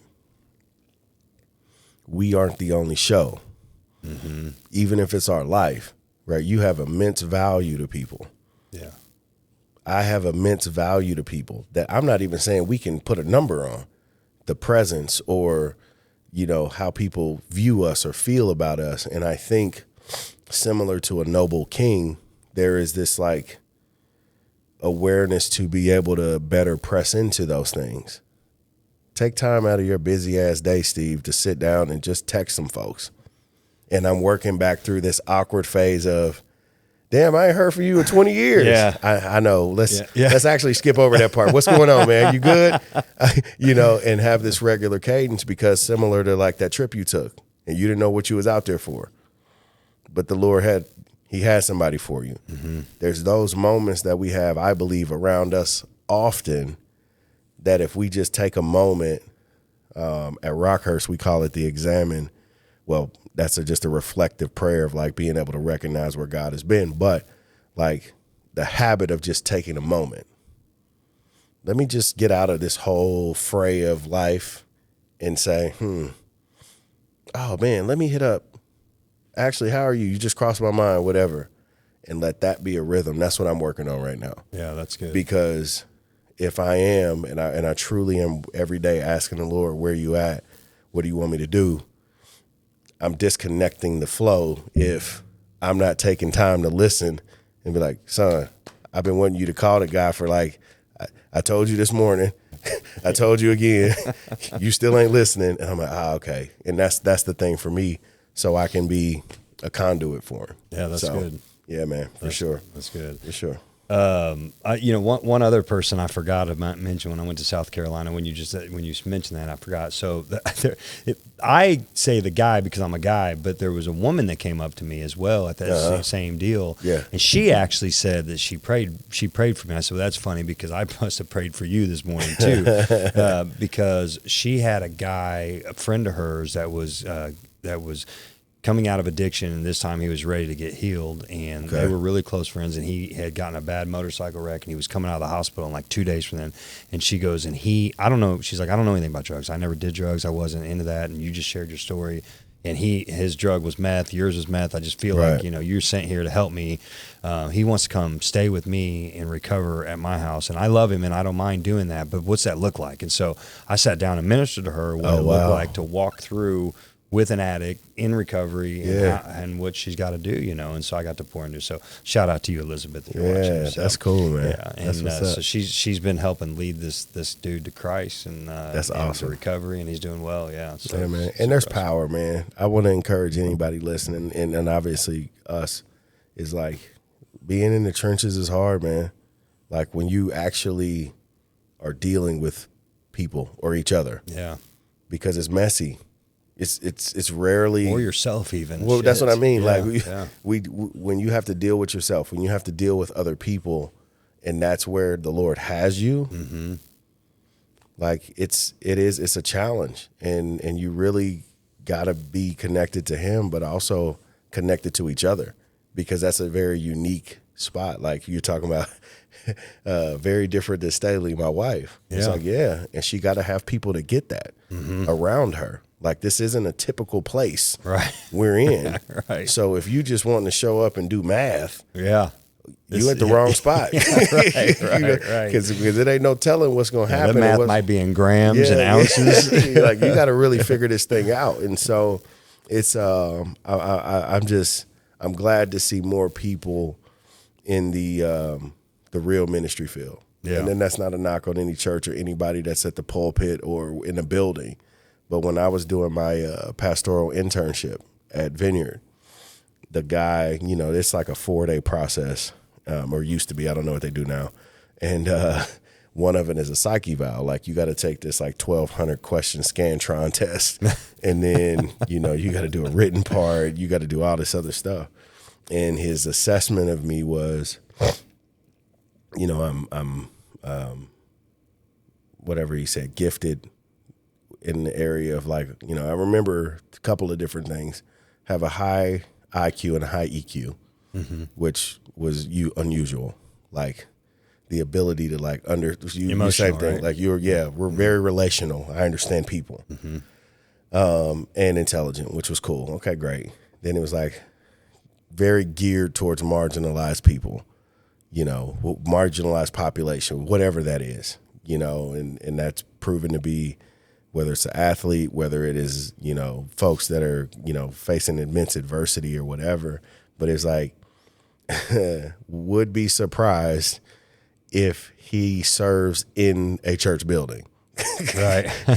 And I remember getting on the phone and I was like, so what is that? Am I disqualified? Yeah. Like, I don't know what that means. And he was like, no. And he was one of the first people to kind of explicitly say, like, we need ministers everywhere. Mm-hmm. This isn't he himself was a believer, and so was the organization that did this stuff.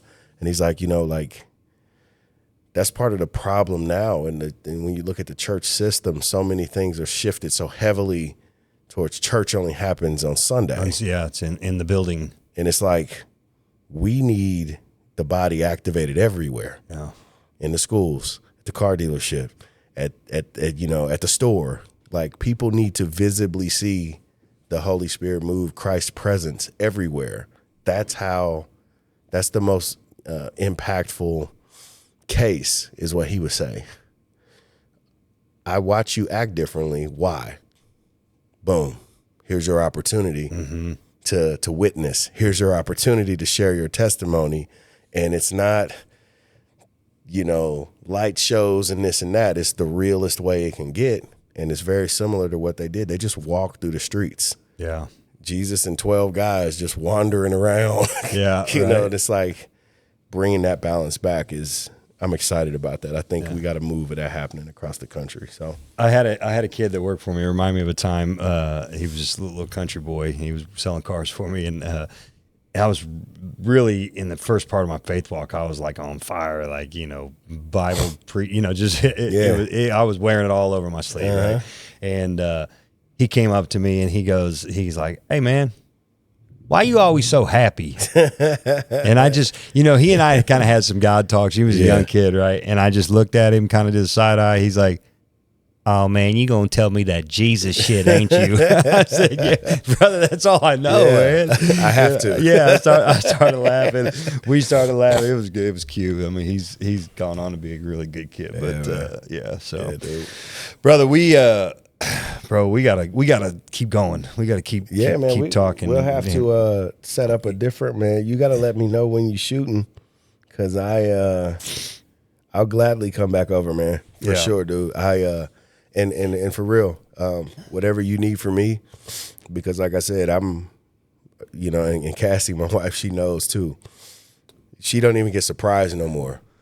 I'm like, yeah, I'm going to shoot I'm going to shoot a podcast with Tony. She was like, she called you Big Tony. Tony from me. I'm like, yeah. He's like, all right, go ahead. Whatever God doing, go ahead. So it's cool, and I'm serious, man. Like, keep going. However I can support you in this whole thing, because what I have also realized too, and I share this with every leader, just because it's a word of wisdom along whatever the journey is for you, it's like what we're on to is bigger than us individually. Oh yeah.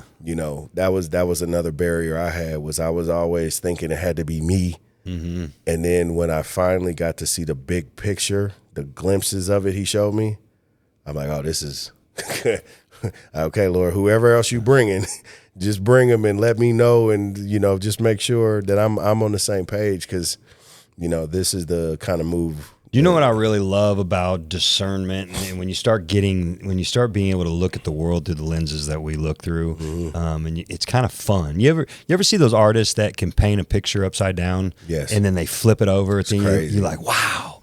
I kind of feel like that's what God is doing with me now, because, like, for instance, another wow moment, or a kind of a cool connection moment that I had.